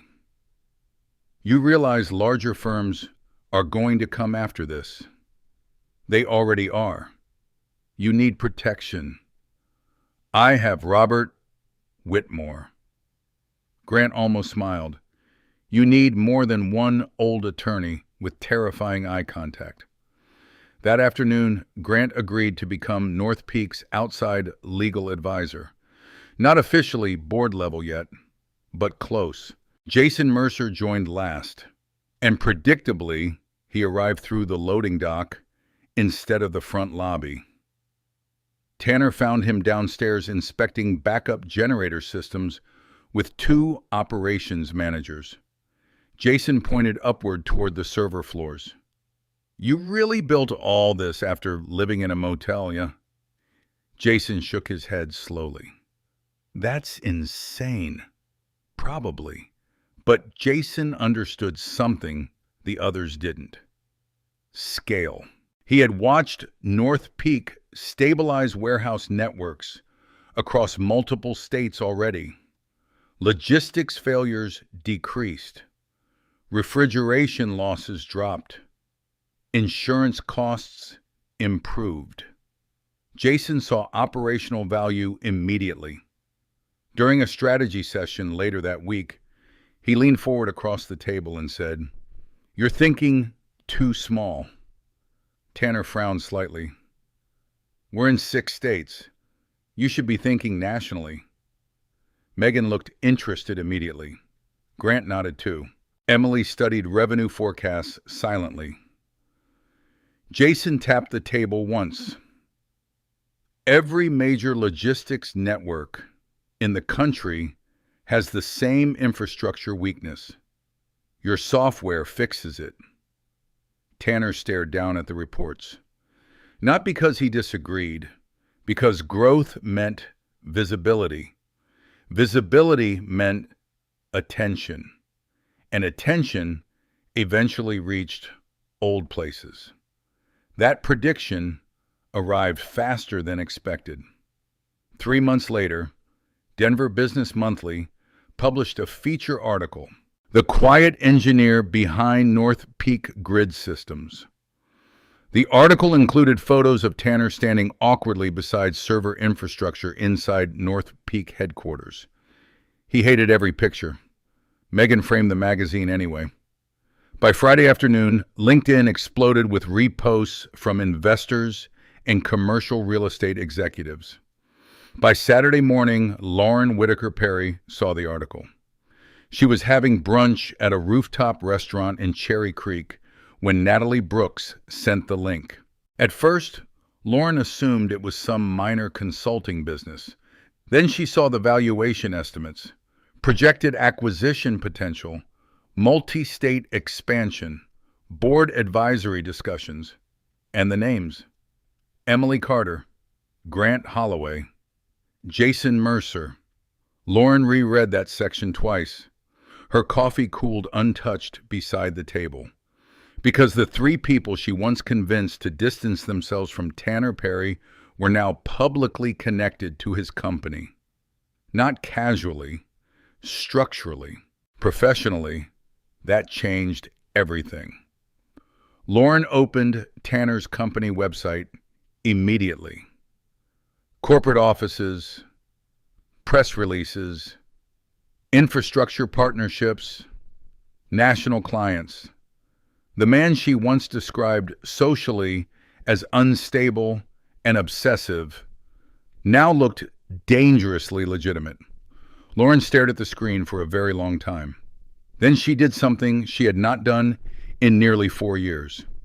She emailed Tanner directly. The subject line was simple: "We should catch up." Tanner received the message at 11:48 p.m. while reviewing server deployment reports inside the North Peak office. He stared at the sender name silently: Lauren Whitaker Perry. Outside the office windows, downtown Denver glowed beneath falling snow. Megan looked up from across the room. "What is it?" Tanner turned the monitor slightly toward her. Megan read the subject line once, then laughed softly in disbelief. Well, she said that didn't take long. Tanner said nothing.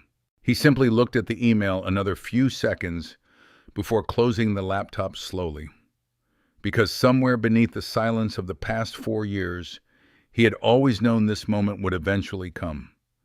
Success had a way of making old stories unstable. And Lauren had just realized the version she created about Tanner Perry was beginning to collapse under the weight of reality. The reception at the Brown Palace was supposed to be private, not secret, just controlled. Stonevale Capital preferred it that way. The investment firm specialized in infrastructure acquisitions across energy and logistics markets. And by the time North Peak entered serious negotiations with them, the projected valuation had climbed past $84 million. Even Tanner thought the number sounded unreal. Not fake, just distant from the life he still mentally carried around. Room 214. Frozen motel parking lots. Microwave noodles at 2 a.m. Those memories didn't disappear simply because investors started using words like strategic expansion and national scalability. The reception occupied the grand ballroom on the second floor of the Brown Palace Hotel in downtown Denver. Crystal chandeliers glowed against dark wood walls, while servers carried champagne across carpets, older than most companies in the room. Executives moved carefully through clusters of conversation. Commercial real estate, infrastructure finance, private equity, the kind of people who never raised their voices because money already listened when they spoke normally. Tanner hated events like this, not out of insecurity, out of exhaustion. Every conversation felt layered. Nobody simply asked questions. They positioned themselves socially through them. Megan adjusted Tanner's tie near the ballroom entrance. You look like you're being escorted to trial. I preferred the server rooms. You can't negotiate an $84 million acquisition in a boiler room. Tanner looked toward the ballroom. Maybe I should try. Megan smiled faintly, but even she looked tense tonight. Because Stonevale mattered. The acquisition wouldn't remove Tanner from North Peak entirely. The proposed structure allowed him to retain operational control while Stonevale handled national scaling infrastructure. Still deals at this level changed everything. Employees, ownership structures, public visibility. Grant Holloway stood near the bar speaking with Stonevale's lead counsel. Emily Carter reviewed printed financial summaries beside two analysts. Jason Mercer laughed loudly with logistics executives near the center of the room.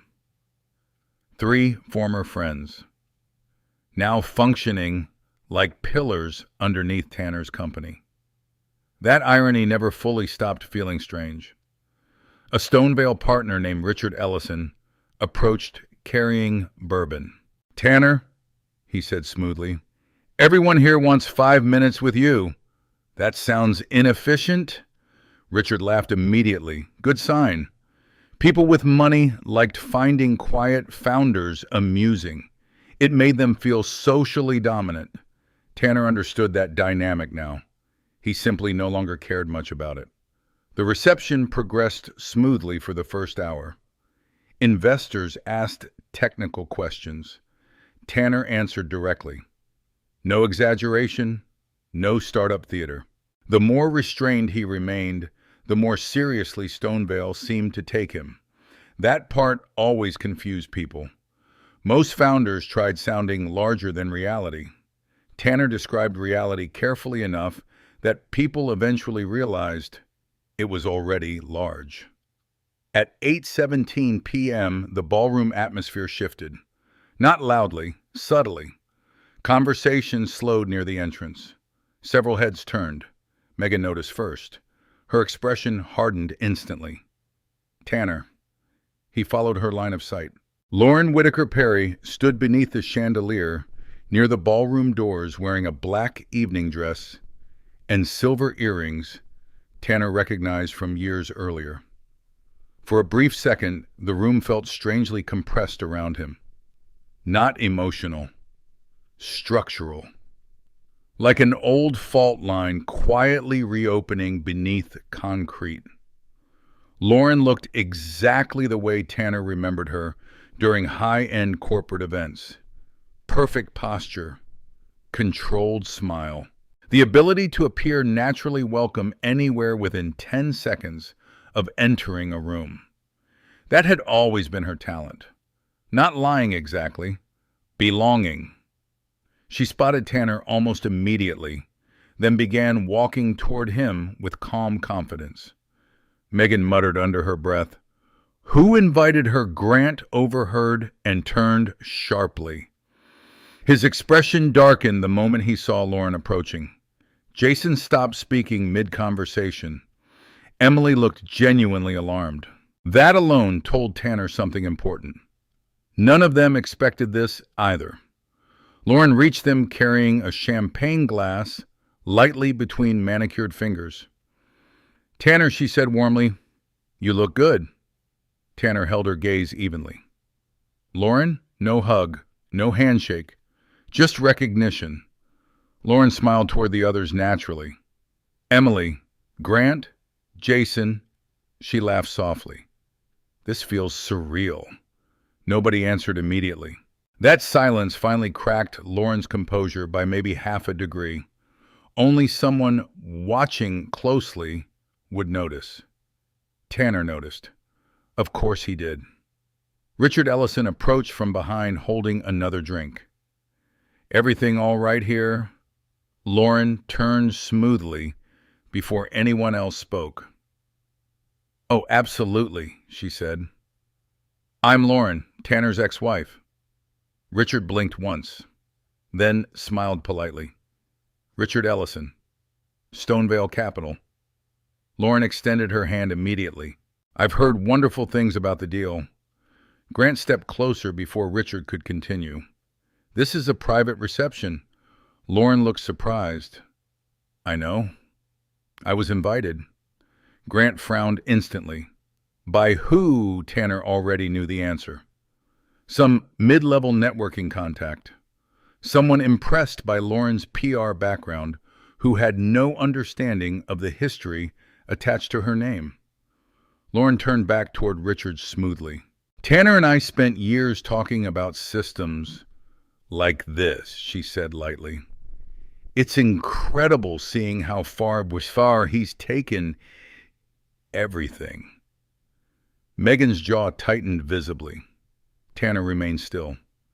Because the sentence itself wasn't technically false. That made it dangerous. Lauren specialized in implication more than fabrication. Richard glanced toward Tanner. You two stayed close after the divorce, Lauren answered before Tanner could. We had difficult years, she said softly. But I always believed he was brilliant.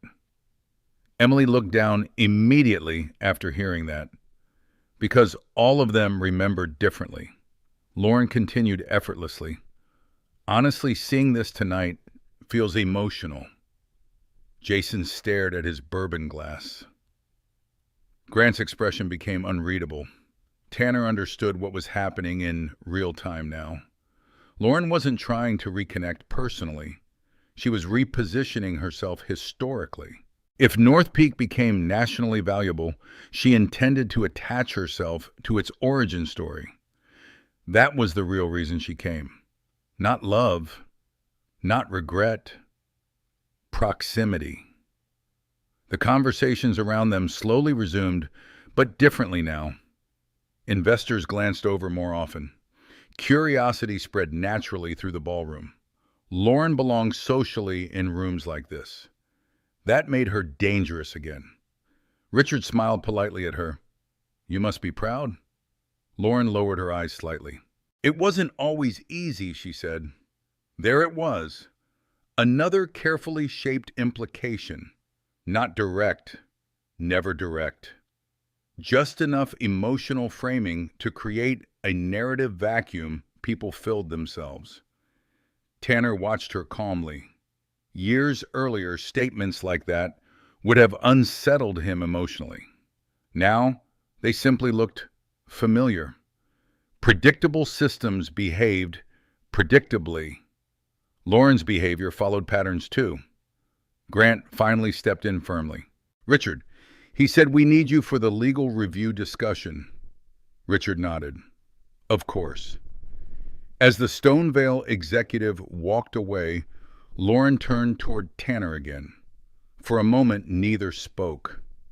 Then Lauren smiled slightly. "You built quite a company," Tanner answered calmly. "Yes, I mean it. I know." That response seemed to unsettle her slightly, because Tanner no longer sounded defensive around her. No need to defend things already proven. Lauren took a sip of champagne. "You could have answered my email. You weren't asking about me." That landed. A flicker across her face. Quick. Gone immediately. "You think that's fair?" she asked softly. "I think it's accurate." Across the ballroom, Emily watched the exchange carefully while pretending to review documents with analysts. Jason looked openly uncomfortable now. Grant looked angry. Not at Tanner. At himself. Lauren noticed all of it too. The shifting loyalties. The changed gravity in the room. For years, she controlled the social version of Tanner Perry because nobody had evidence powerful enough to challenge her interpretation. Now, Tanner possessed something stronger than social approval. Institutional credibility. That changed how people processed every old memory attached to him. Lauren stepped closer slightly. "You know," she said quietly, "I always knew you'd do something significant." Tanner almost smiled. Not because he believed her, because the sentence perfectly captured who Lauren truly was. She adapted to visible power quickly, always had. Before Tanner could answer, Megan approached holding a folder. "Stonevale's ready for the executive review." Lauren stepped back gracefully. "Of course," she said. "I won't interrupt business."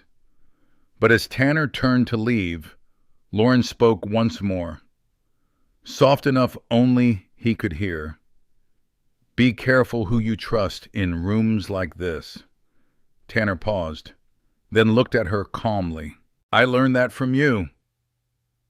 For the first time all evening, Lauren lost control of her expression completely. Only for a second, but long enough. Tanner walked away toward the executive conference suite without looking back. Inside the ballroom behind him, conversations resumed beneath crystal chandeliers and soft jazz music. But something fundamental had shifted now. Lauren Whitaker Perry had entered the room expecting proximity to power. Instead, she had just discovered the quiet man she once isolated socially no longer needed permission from anyone inside it. And that realization was beginning to frighten her. Lauren's second mistake happened 3 days after the Brown Palace reception. The first mistake was showing up. The second was assuming the old strategy still worked. It began with a phone call placed from a private dining room inside a steakhouse in Cherry Creek. Stonevale capital partner Richard Ellison sat across from Lauren Whitaker Perry while a half-finished glass of Cabernet rested near her hand. Lauren looked calm, concerned, carefully concerned. That tone again, the same one Tanner remembered from years earlier. Richard listened politely while Lauren spoke in measured sentences. "I'm not trying to interfere," she said softly. "I just think there are things investors should know before finalizing anything." Richard folded his hands. "Like what exactly?" Lauren hesitated. Not because she lacked preparation, because pauses made people lean in. Tanner can become extremely consumed by work. Richard's expression barely moved. Lauren continued carefully. He isolates himself. He hides stress well. But during our marriage, there were periods where I genuinely worried about his stability. Again, not direct accusations, implications, social poison delivered in controlled doses. Richard asked the obvious question. Was there ever violence? Lauren looked down immediately. No, she said quietly. Nothing like that. But she left silence afterward intentionally. The oldest trick in the room. Let imagination finish the sentence. Richard noticed it. So did the Stonevale associate sitting beside him taking notes. Lauren shifted slightly. I just think people should understand who they're partnering with. The conversation lasted 27 minutes. By the next morning, Stonevale's legal department requested an internal executive risk review before signing final acquisition terms. At 8:14 a.m., Grant Holloway received the notification. At 8:19, he called Tanner. You need to come in. Tanner stood inside North Peak's server room, replacing a damaged cooling sensor when the call arrived. Problem? Yes. Technical worse. Tanner closed the maintenance panel slowly. Lauren Grant paused. How did you know? Because predictable systems repeated themselves. Tanner arrived at North Peak headquarters 43 minutes later, carrying black coffee and a worn messenger bag. The conference room atmosphere felt different immediately. Megan stood near the whiteboard with crossed arms. Emily reviewed legal notes silently. Jason paced beside the windows overlooking downtown Denver traffic. Nobody looked panicked. That mattered. Panicked rooms made mistakes. Grant slid a folder across the table. Stonevale initiated an executive behavioral review. Tanner opened the file calmly. Inside sat summarized notes from Richard Ellison's dinner conversation with Lauren. Concerns regarding emotional stability, past isolation behaviors, potential executive unpredictability during stress conditions. Jason swore under his breath. Emily closed her eyes briefly. Megan looked ready to drive directly to Lauren's house personally. Tanner kept reading silently. No emotional reaction, just analysis. Finally, he set the papers down. She's escalating because the acquisition became public enough to matter. Grant nodded once. That's our assessment, too. Jason stopped pacing. Can we sue her already? Grant answered immediately. Not yet. Megan looked at Tanner. You okay? He took a sip of coffee before answering. Yes. That unsettled everyone slightly. Not because Tanner sounded cold, because he sounded unsurprised. Emily studied him carefully. You expected this possibility? Yes. Grant leaned back slowly. How Tanner opened the messenger bag, then removed a black external hard drive and placed it quietly on the conference table. The room went still. Jason stared at it. What's on there? Everything. Grant exhaled softly. Of course. Emily shook her head slightly in disbelief. You really documented all of it. Tanner looked at her calmly. Lauren's strongest skill was narrative control. He tapped the drive lightly. So I kept records. Megan almost smiled despite the tension, because this was the difference between Tanner and everyone else in the room. Most people defended themselves emotionally. Tanner prepared structurally. Grant connected the drive to the conference room monitor. Folders appeared immediately. Emails, timeline records, legal filings, voice memos, text screenshots, development logs, journal entries with timestamps. The organization itself looked almost forensic.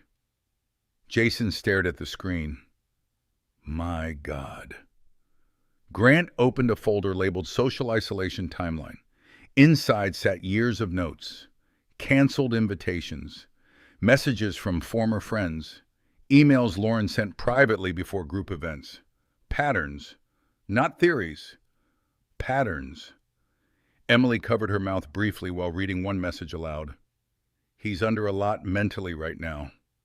Please don't corner him tonight. The email came from Lauren to Emily 3 hours before the steakhouse dinner years earlier. Emily looked physically uncomfortable now. I thought she was protecting him.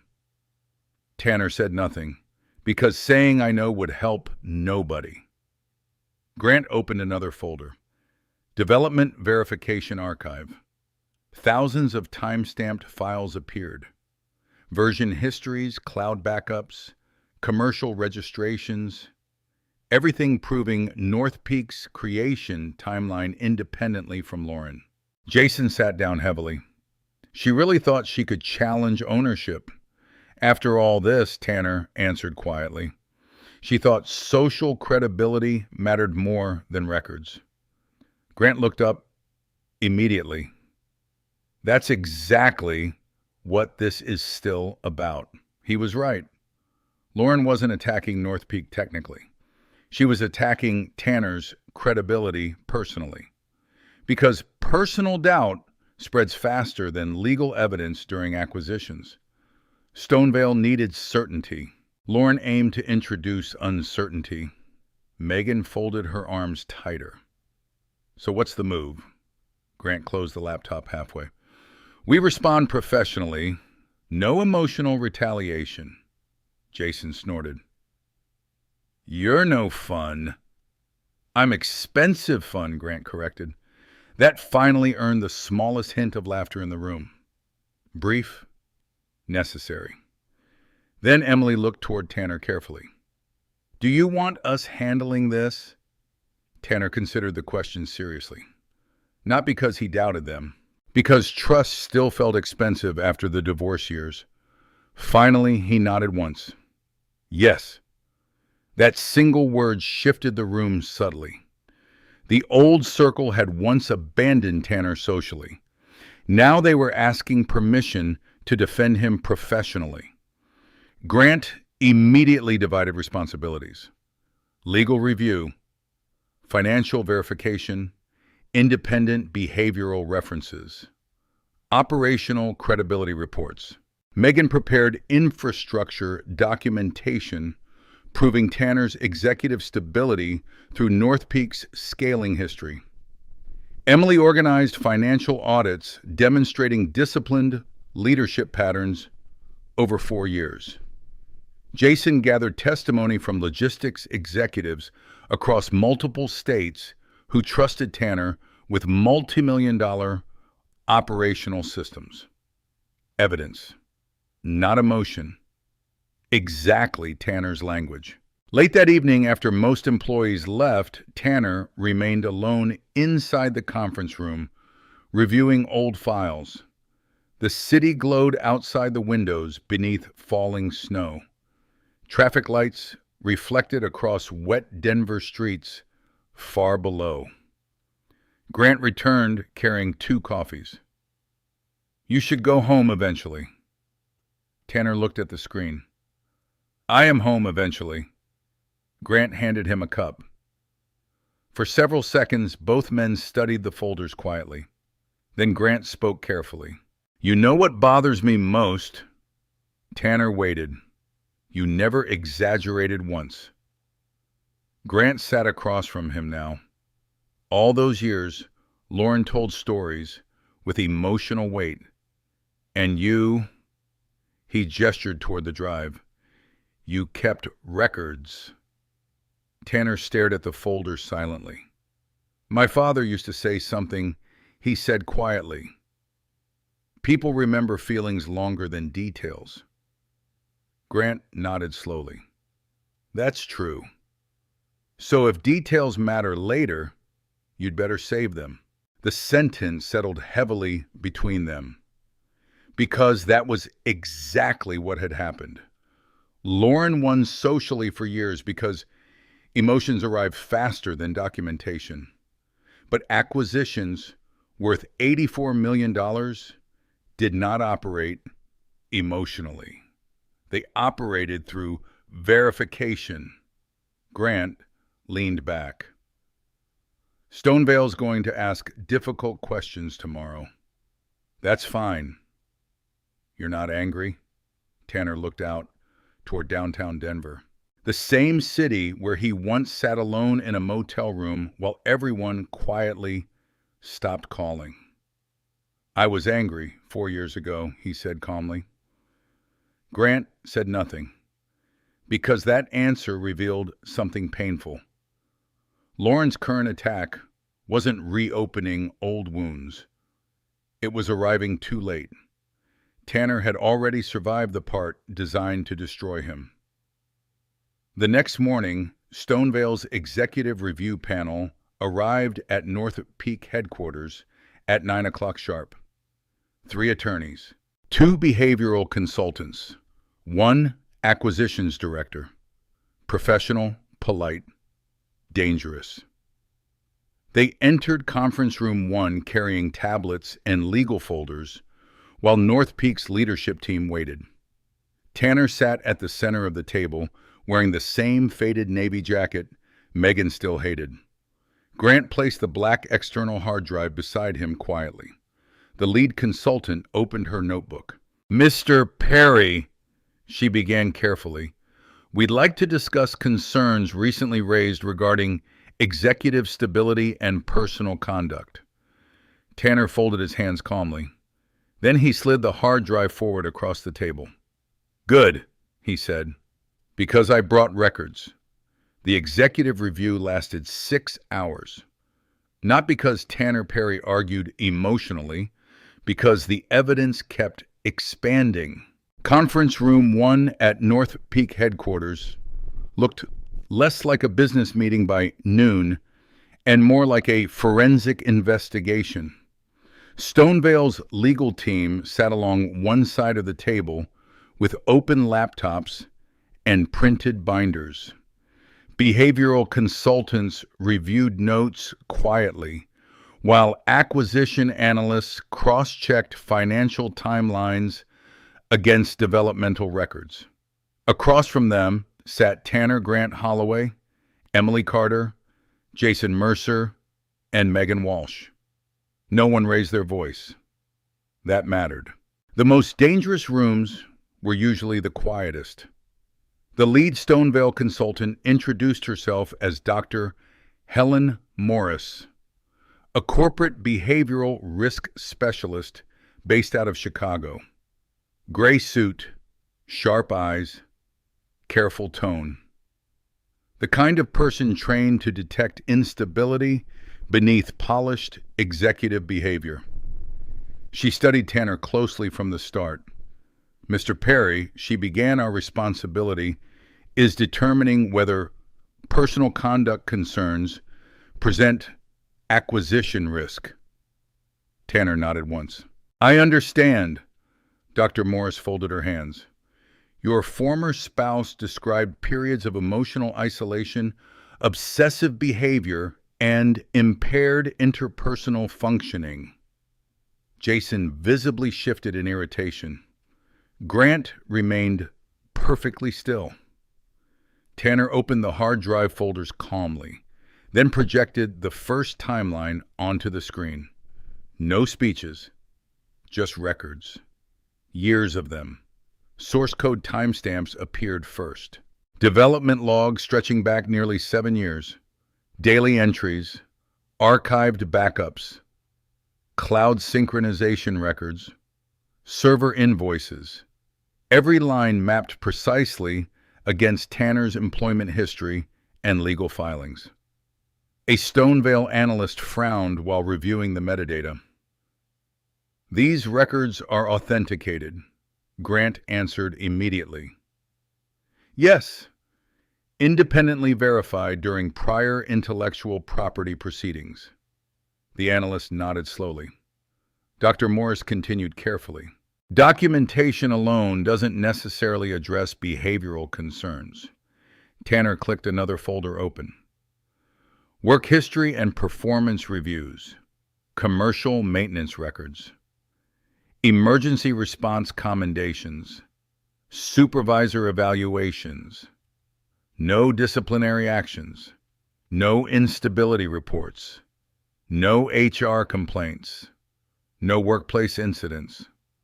Over 15 years of employment history describing the same traits repeatedly: reliable, quiet, methodical, detail-oriented. One Stonevale attorney looked up. These records directly contradict the characterization we received. Tanner said nothing. He simply opened the next folder. Social Communication Archive. The room grew quieter immediately. Grant took over briefly.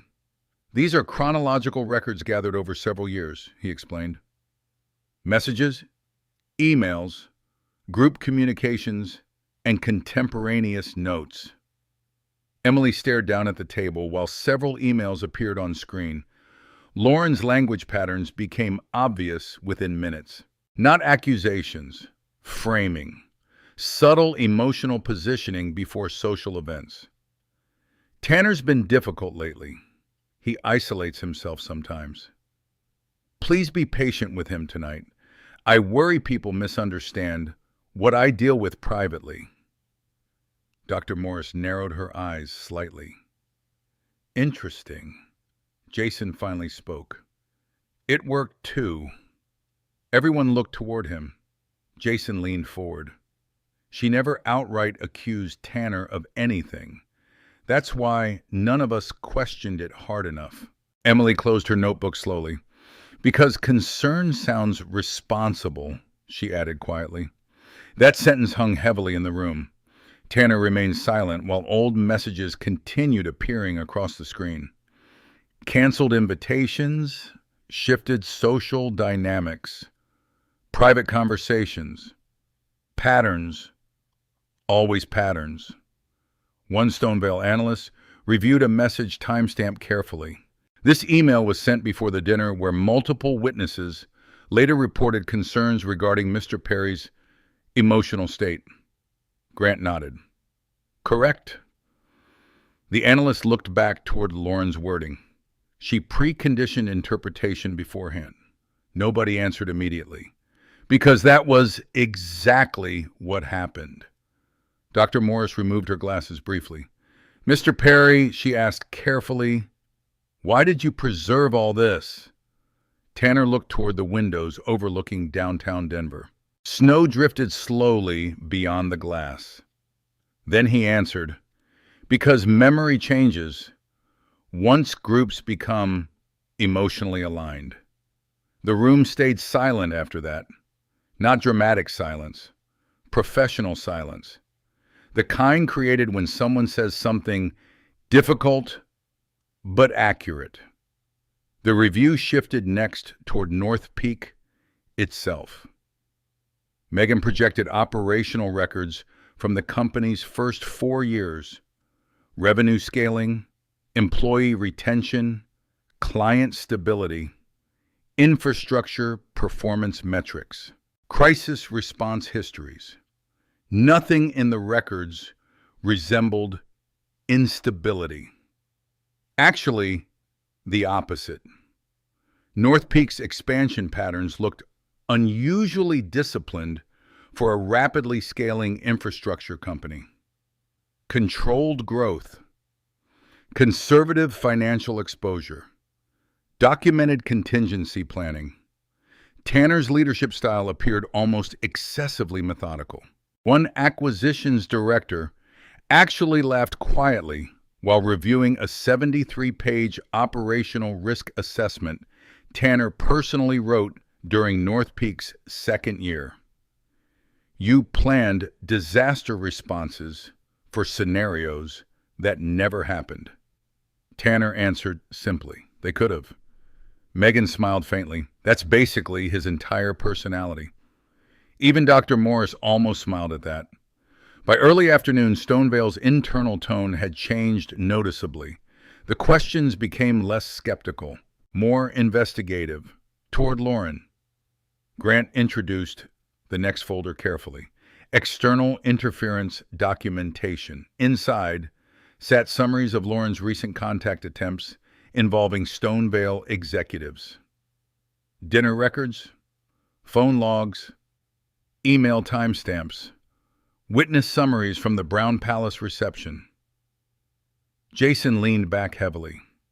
She tried attaching herself to the company first, he said, then attacked Tanner once proximity failed.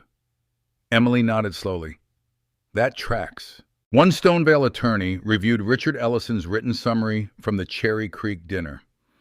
He specifically noted emotional implication without factual allegations. Grant folded his arms. Because factual allegations create legal exposure. The attorney looked up sharply. Exactly. That was the point. Lauren operated socially, not evidentially, enough implication to create hesitation, not enough specificity to trigger immediate liability. Except now, the environment had changed. This wasn't a friend group anymore. It was corporate acquisition review. And corporations trusted documents more than emotional impressions. Usually. Dr. Morris tapped her pen thoughtfully. Has Ms. Whitaker Perry made any direct ownership claims against North Peak Grant? Opened another file immediately. During divorce proceedings? Yes. The room shifted again. Court transcripts appeared on screen. Stephanie Cole's arguments. Lauren's attempts to frame Tanner's software development as marital intellectual property. Then Robert Whitmore's documentation responses, dismantling those claims line by line. One Stonevale analyst looked genuinely stunned while reading the records. She challenged ownership after publicly minimizing the project. For years, Tanner finally answered. She changed positions once the software became valuable. Nobody disputed that. At 3:42 p.m., Grant introduced the final document set. Independent character and operational references. Hospital administrators. Commercial property executives. Logistics directors. Emergency systems coordinators. Every statement described Tanner similarly. Calm under pressure. Exceptionally reliable. Reserved but highly effective. No one described volatility. No one described instability. Actually, several references specifically praised Tanner's emotional consistency during high-stress infrastructure failures. One pharmaceutical logistics executive wrote, "Perry is probably the calmest systems operator I've worked with in 20 years. Jason looked toward Tanner after that one. You really never told anyone what you were building, did you? Tanner shrugged slightly. I was busy building it. That answer almost made Emily laugh despite everything. By late afternoon, the review had effectively reversed direction entirely. Now Stonevale's attorneys asked questions about potential reputational damage caused to North Peak by Lauren's interference. Grant handled those carefully, measured, professional. But underneath the professionalism, Tanner sensed something else in the room now. Embarrassment. Not from Stonevale, from the people who once believed Lauren too quickly. Especially Emily. Especially Jason. Especially Grant. The old social story surrounding Tanner Perry had relied on one assumption. Quiet men must be hiding weakness. Now the records suggested the opposite. Tanner had been the only person documenting reality while everyone else reacted emotionally around him. As the meeting finally concluded near evening, Dr. Morris closed her notebook slowly. "Mr. Perry," she said carefully, "I've conducted executive behavioral assessments for 17 years. Tanner waited. She studied him directly now. "In my professional opinion, your former spouse appears highly skilled at narrative influence." Grant glanced toward the table silently. Dr. Morris continued, "And in my professional opinion, you responded by building systems instead of arguments." For the first time all day, Tanner leaned back slightly in his chair. Not relief, just fatigue. Because the process itself felt familiar now. People only believed him after paperwork became impossible to ignore. Dr. Morris stood. "So unless further evidence appears," she said, "I'll be recommending Stoneville proceed with acquisition discussions." Jason exhaled loudly. Emily closed her eyes briefly. Megan looked ready to frame the sentence on the wall. Grant simply nodded once. But before anyone relaxed fully, one Stonevale attorney lifted a hand. "There's one more issue." The room quieted again immediately. The attorney adjusted his glasses while reviewing several printed emails. These communications involving Ms. Whitaker Perry and attorney Stephanie Cole. Grant frowned slightly. "What about them?" The attorney slid one page slowly across the table. "Someone may have crossed from social interference into actionable misconduct." Tanner looked down at the email, and for the first time that entire day, even he felt the atmosphere change. Because Stephanie Cole's name attached to legal strategy changed everything. The email had been sitting unnoticed for nearly 4 years, buried inside archived legal correspondence, ignored because no one had reason to look at it closely before. Now it sat projected across the conference room wall at North Peak headquarters, while 6 attorneys read it in complete silence. Stephanie Cole's message was short. Too short. That was what made it dangerous. If Tanner's reputation becomes a concern publicly, it may help discourage future claims regarding the software issue. No direct instructions, no explicit conspiracy, just implication. Again. Everyone in the room recognized the pattern by now. Emotional positioning, strategic ambiguity. The Stonevale attorney adjusted his glasses slowly. "When was this sent?" Grant checked the metadata, 3 weeks before the divorce finalized. Emily stared at the screen in disbelief. She was already planning reputational damage during settlement negotiations. Jason muttered something under his breath that sounded expensive. Tanner remained still. The old version of himself might have reacted emotionally here. Not anymore. Now he simply watched systems reveal themselves. Grant folded both hands carefully on the table. "The issue isn't just the email," he said. "It's the timing combined with recent acquisition interference." One Stonevale legal advisor nodded. "If Ms. Whitaker Perry knowingly attempted to disrupt acquisition proceedings using previously disputed personal narratives," he didn't finish the sentence. He didn't need to. Everyone in the room understood the implications. Defamation exposure, tortious interference, violation of settlement provisions, potential legal discovery. That last one mattered most, because discovery meant records, and records favored Tanner. Always had. The meeting ended 30 minutes later with Stonevale requesting temporary confidentiality while internal counsel reviewed liability exposure. As soon as the executives left, Jason stood abruptly. "That's it," he snapped. "We go after her now." Grant stayed seated. "No." Jason turned sharply. No, no emotional reactions. She tried sabotaging an $84 million deal, and reacting emotionally helps her. Jason looked ready to argue again. Then Tanner spoke quietly from the far end of the table. Grant's right. Jason stared at him. She's escalating because she thinks uncertainty creates leverage. Tanner continued. If we overreact publicly, she gets exactly what she wants. Megan leaned against the whiteboard.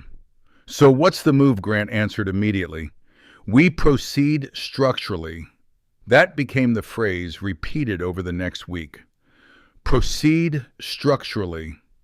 No public statements, no angry emails, no interviews, just documentation.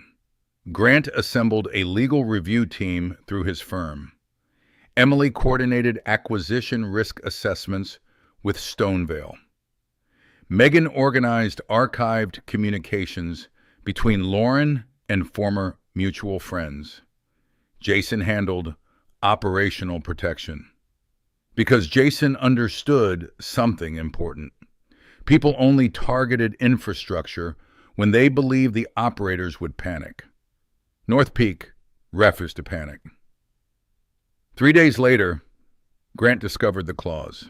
The divorce settlement's non-disparagement provision sat buried inside page 43 of the original agreement. Most people barely remembered those clauses after signing. Grant did not. He reread every line twice before calling Tanner directly. You need to come downtown. Tanner arrived at Holloway and Pierce LLP just after sunset. Grant's office overlooked Civic Center Park through tall glass windows reflecting Denver's city lights across dark, polished floors. Emily and Megan were already there. Jason arrived 2 minutes later carrying coffee and visible irritation. Grant closed the office door, then slid the settlement agreement across the conference table. Read paragraph 12.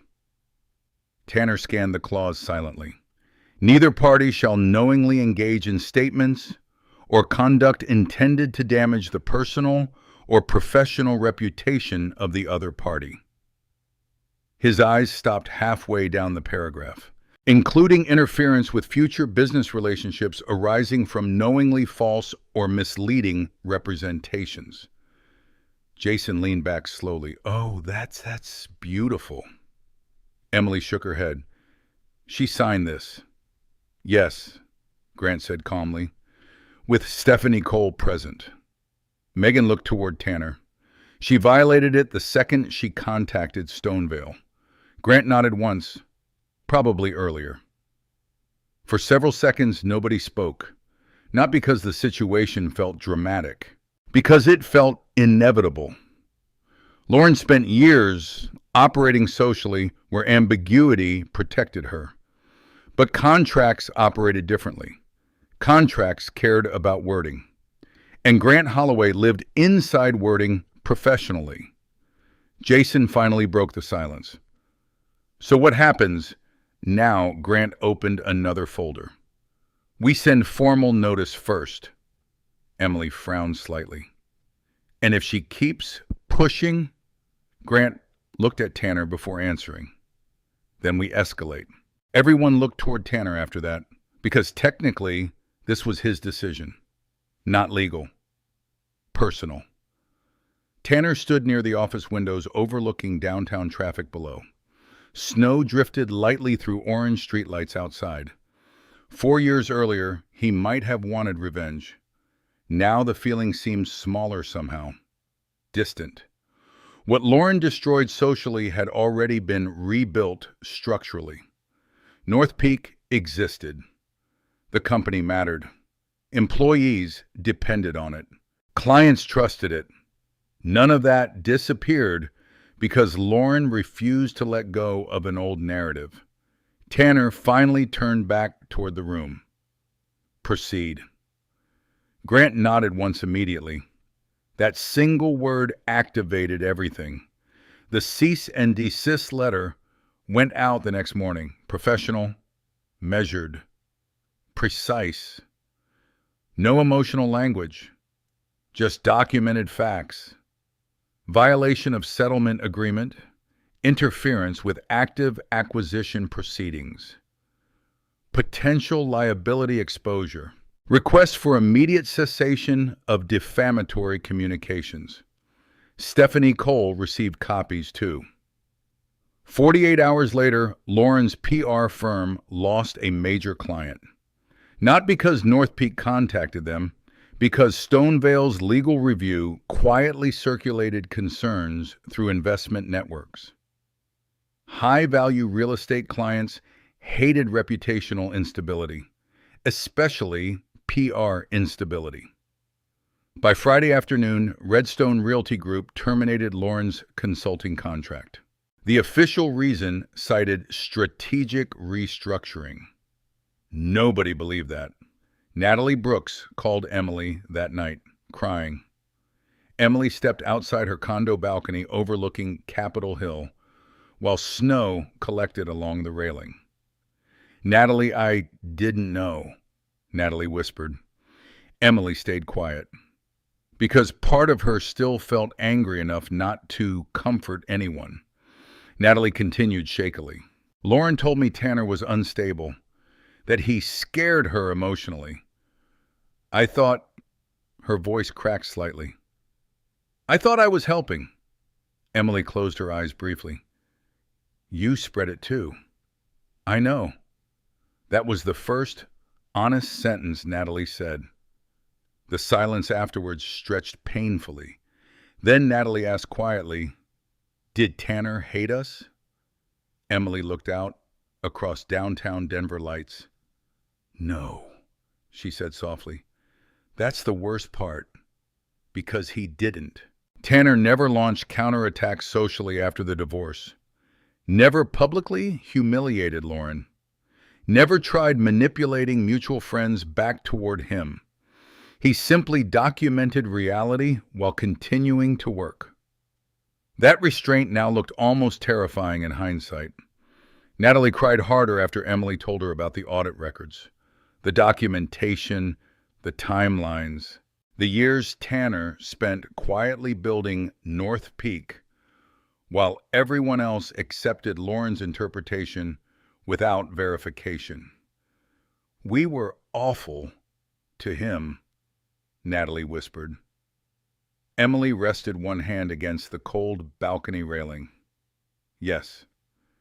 Meanwhile, Tanner remained inside North Peak headquarters long after midnight reviewing infrastructure expansion proposals. The legal situation unfolded around him now like weather. Important, but secondary. At 1:13 a.m., Megan walked into his office carrying 2 coffees. "You know, Lauren's probably panicking right now." Tanner kept reviewing thermal infrastructure maps. "Probably. That's all you have to say." He finally looked up. "What exactly would change if I got angry now?" Megan studied him quietly. Because that question revealed the largest difference between the old Tanner and the man sitting in front of her tonight. The divorce once isolated him emotionally. Now it clarified him. Tanner no longer confused emotional reaction with progress. Megan handed him the coffee. "You really did move past it."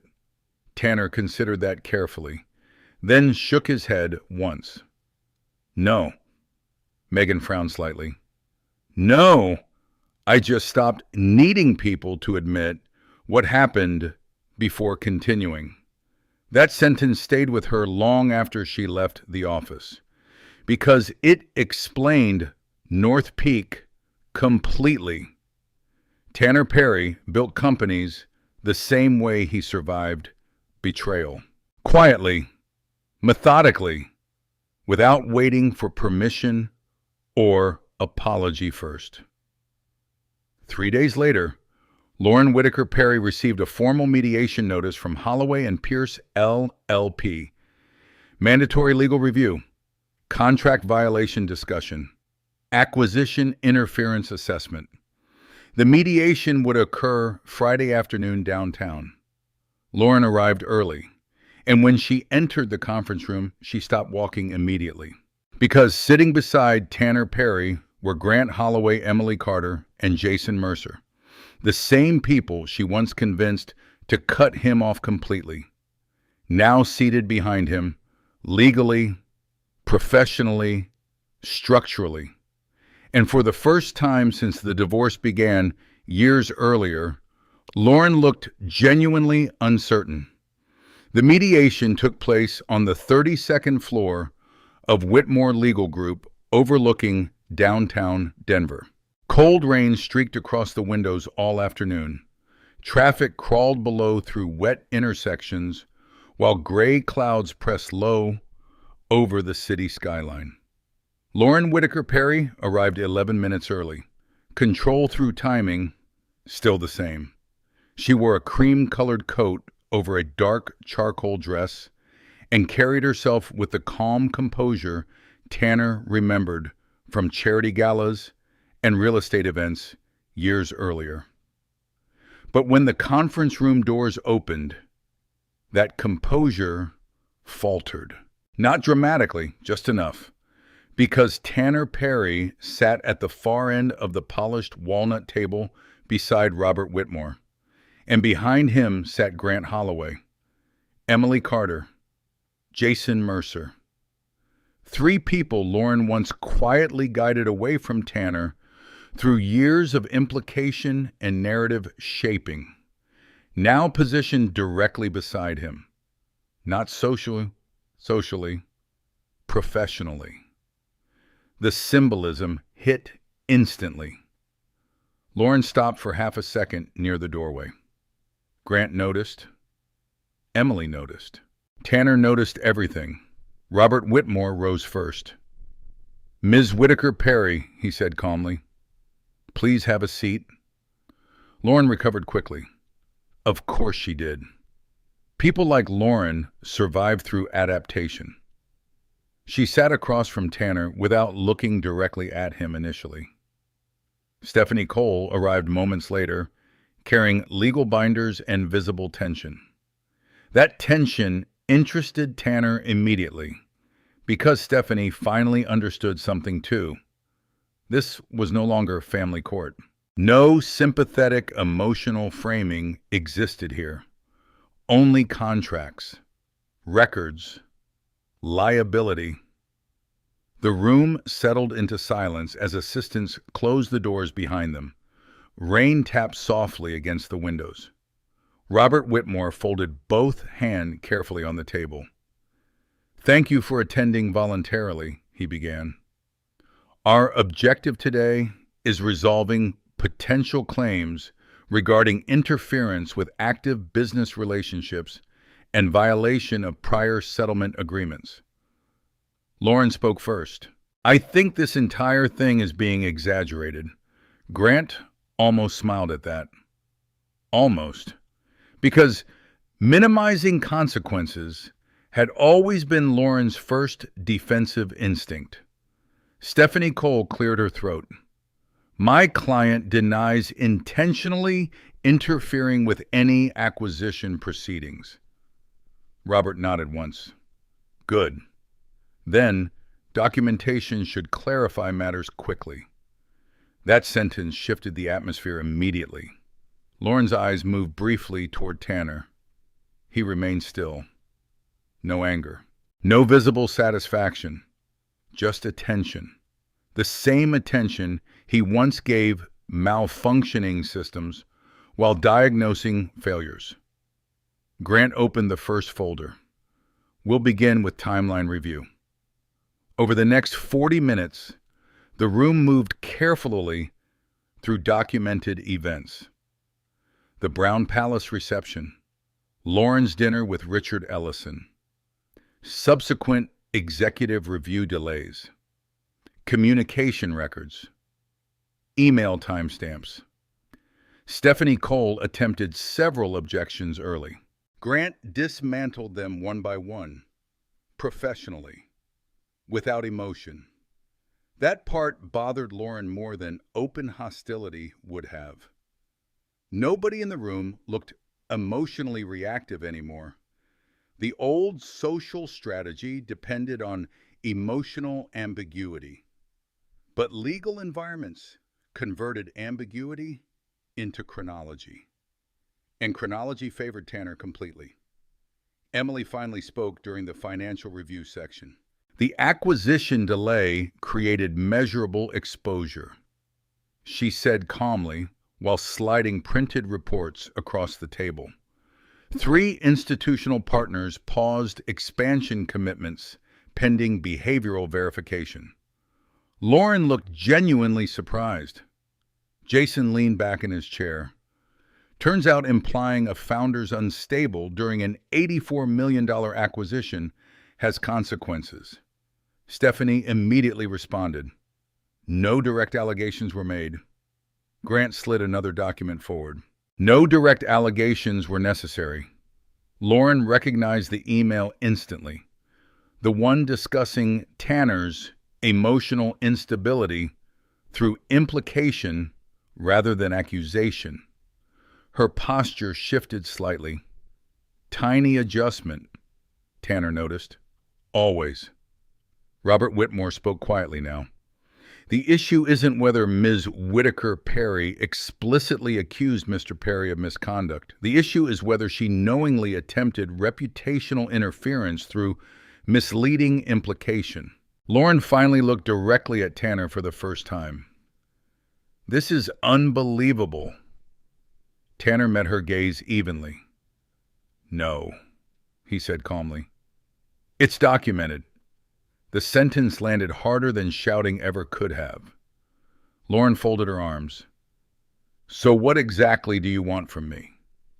Nobody answered immediately, because strangely, revenge no longer interested Tanner very much. 4 years earlier, maybe.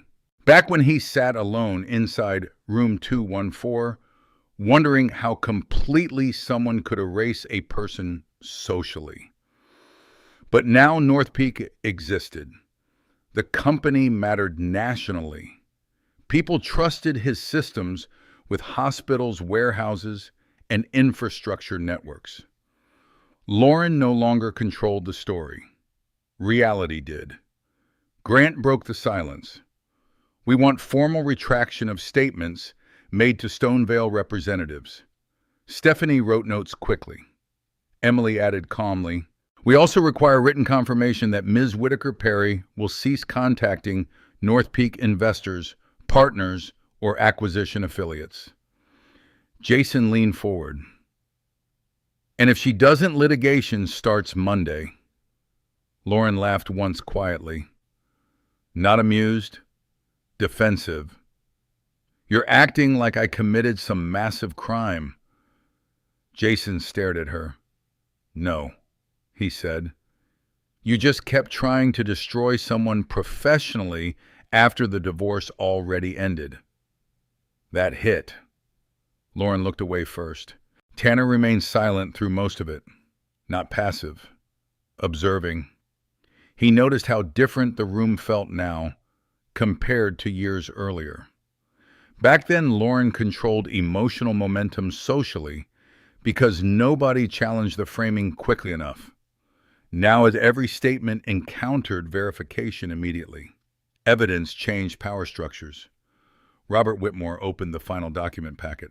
The proposed resolution includes non-disparagement, reaffirmation, communication restrictions regarding North Peak business relationships, and compensation for documented acquisition delays. Stephanie stiffened immediately. Compensation, Grant nodded once. Your client's interference triggered measurable financial review costs. Lauren looked toward Tanner sharply. You're seriously taking money from me now, Tanner answered quietly. No. She frowned. No. I'm preventing this from happening again. That answer unsettled her more than anger would have, because Tanner genuinely no longer sounded emotionally invested in punishing her personally, only structurally interested in containment. Lauren stared at him across the conference table. For several seconds, rain and distant traffic filled the silence. Then she spoke more softly. "You really hate me that much now?" Emily closed her eyes briefly. Because, even now, Lauren still translated consequences emotionally instead of factually.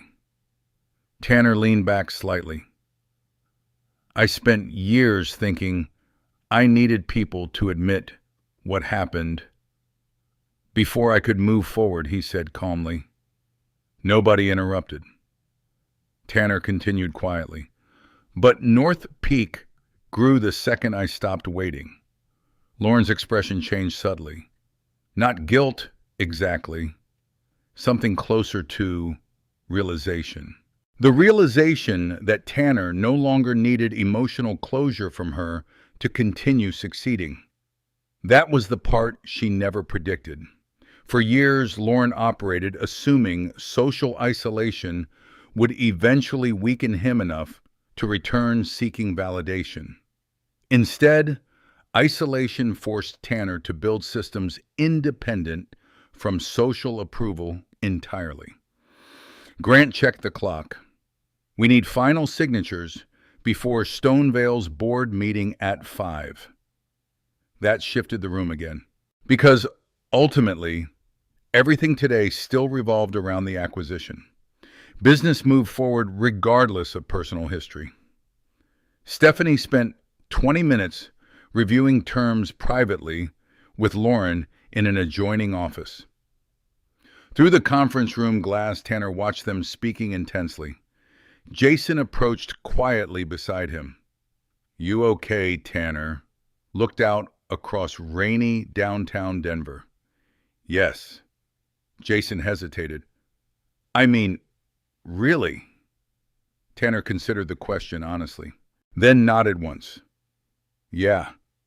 And surprisingly, that time it was completely true.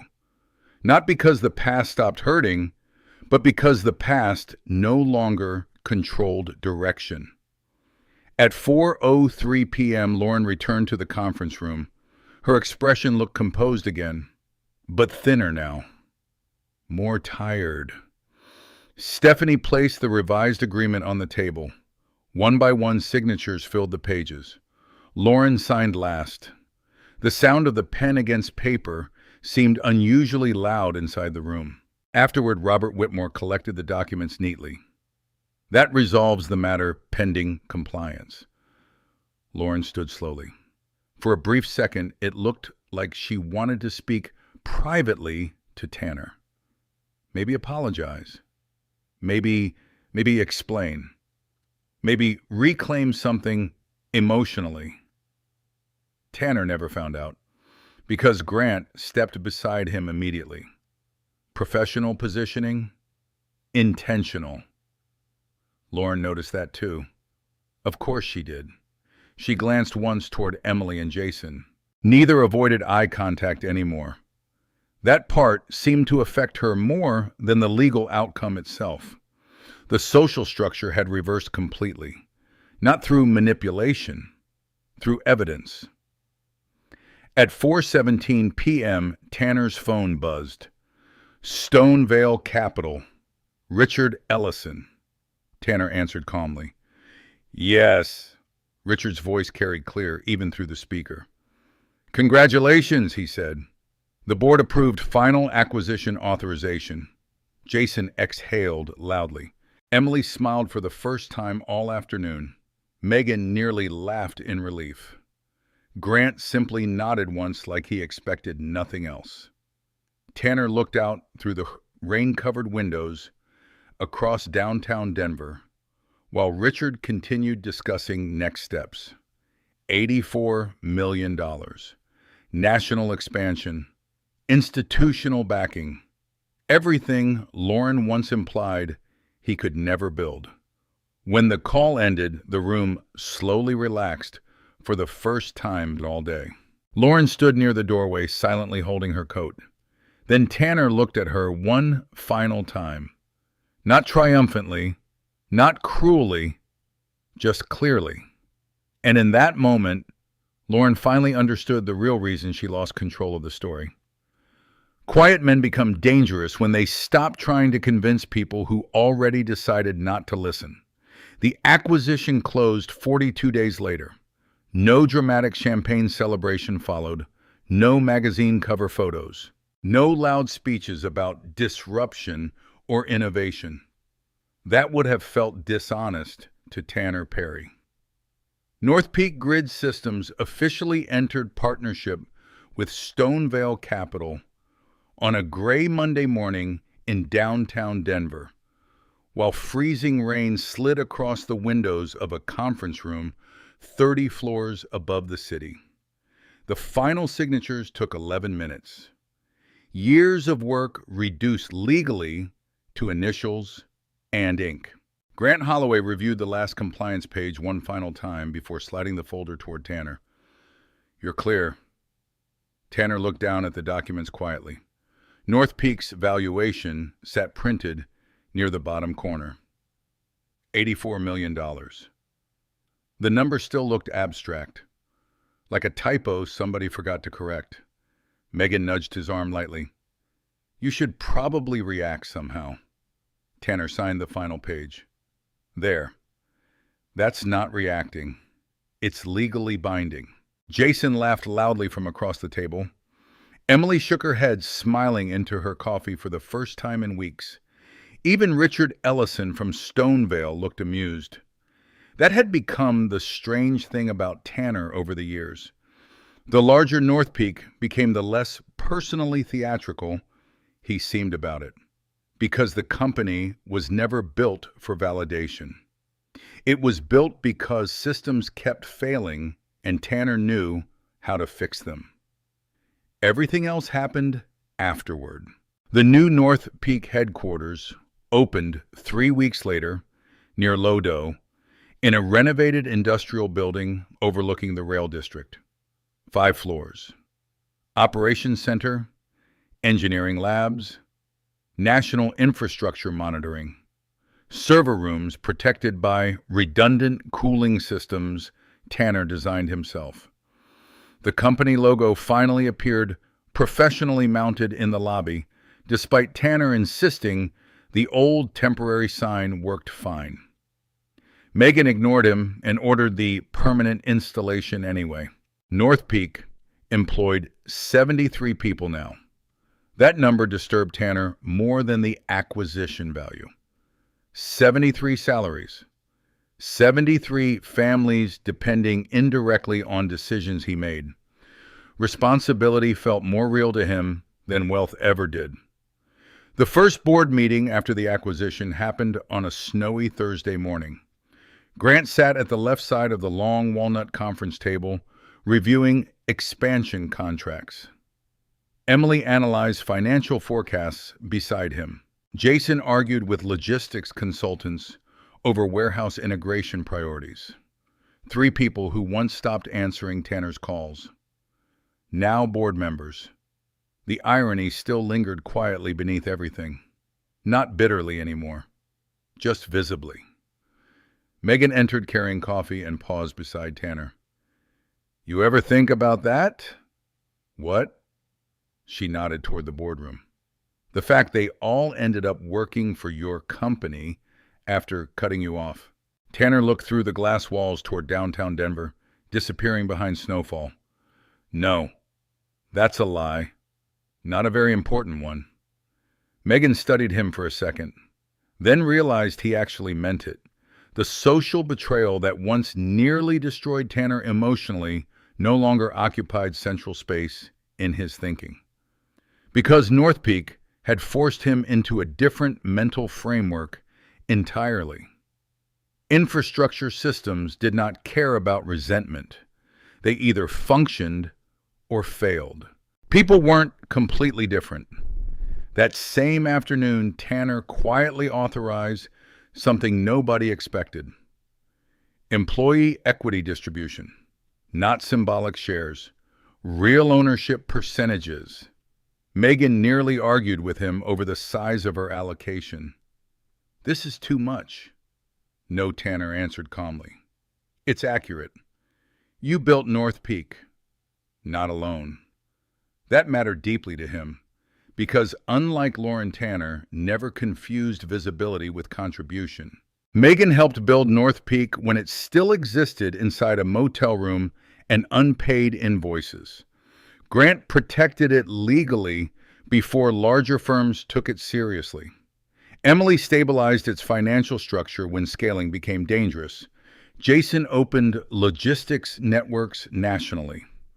Real systems required multiple people functioning correctly together. Tanner understood that better than anyone.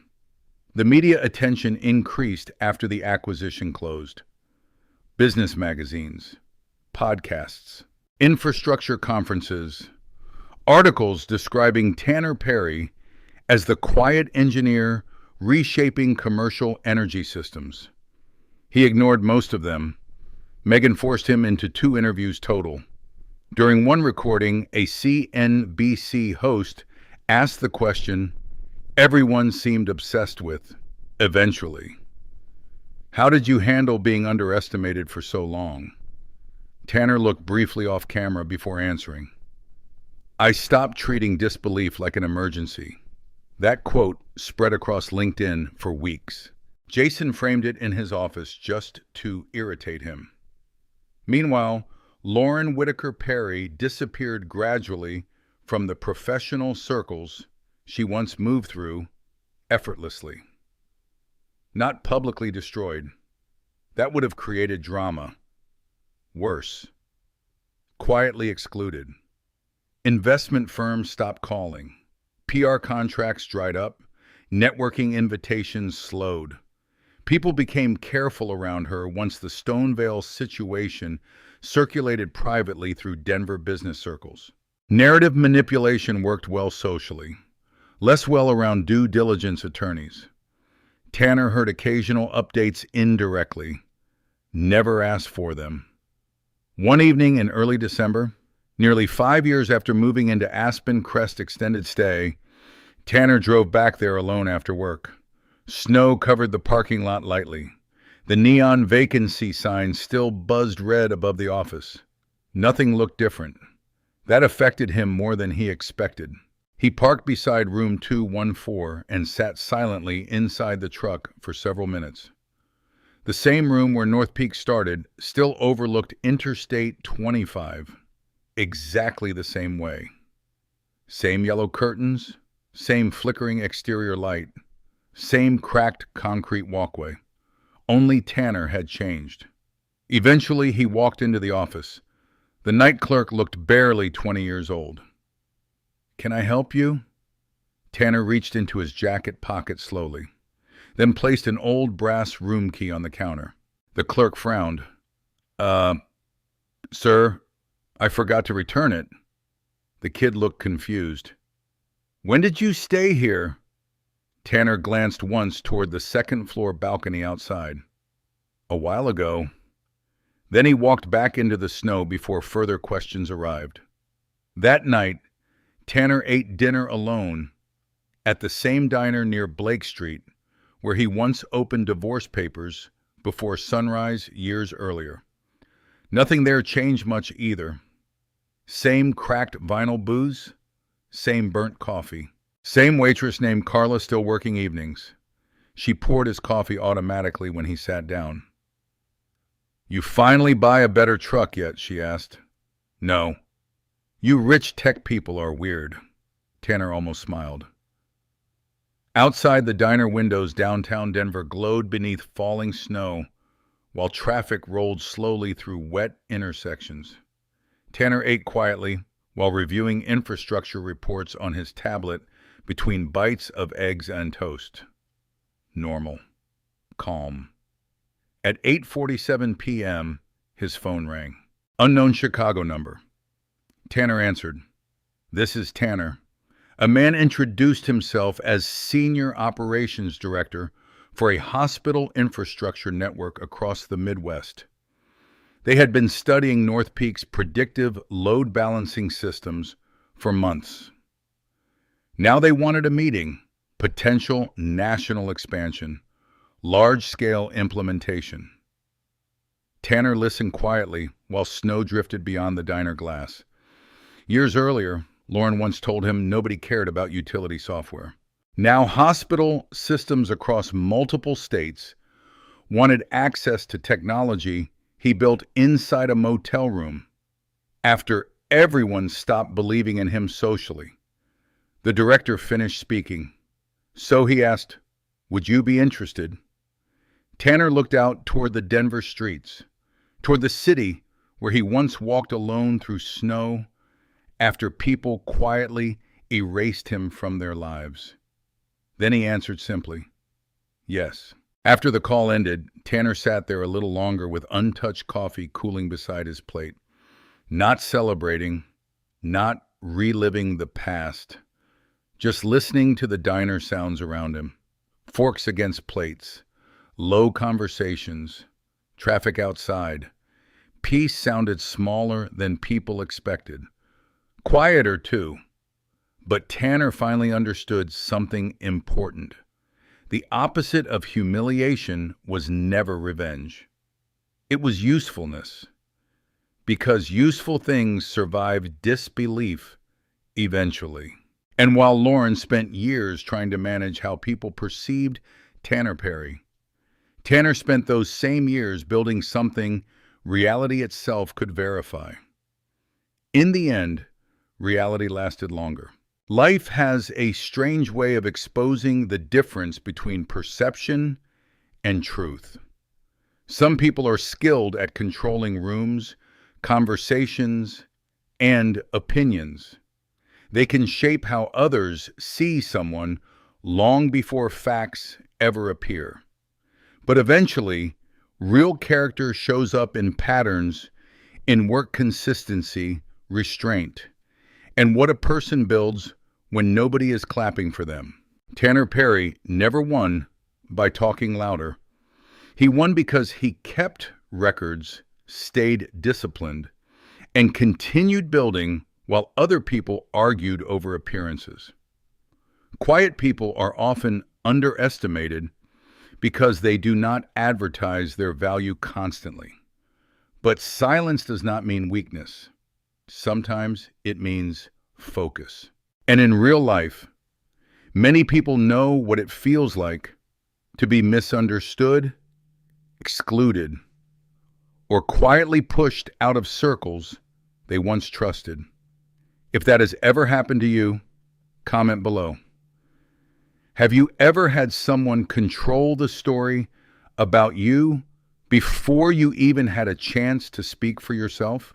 And if you enjoy stories about calm people who let time and truth do the heavy lifting, subscribe to the channel.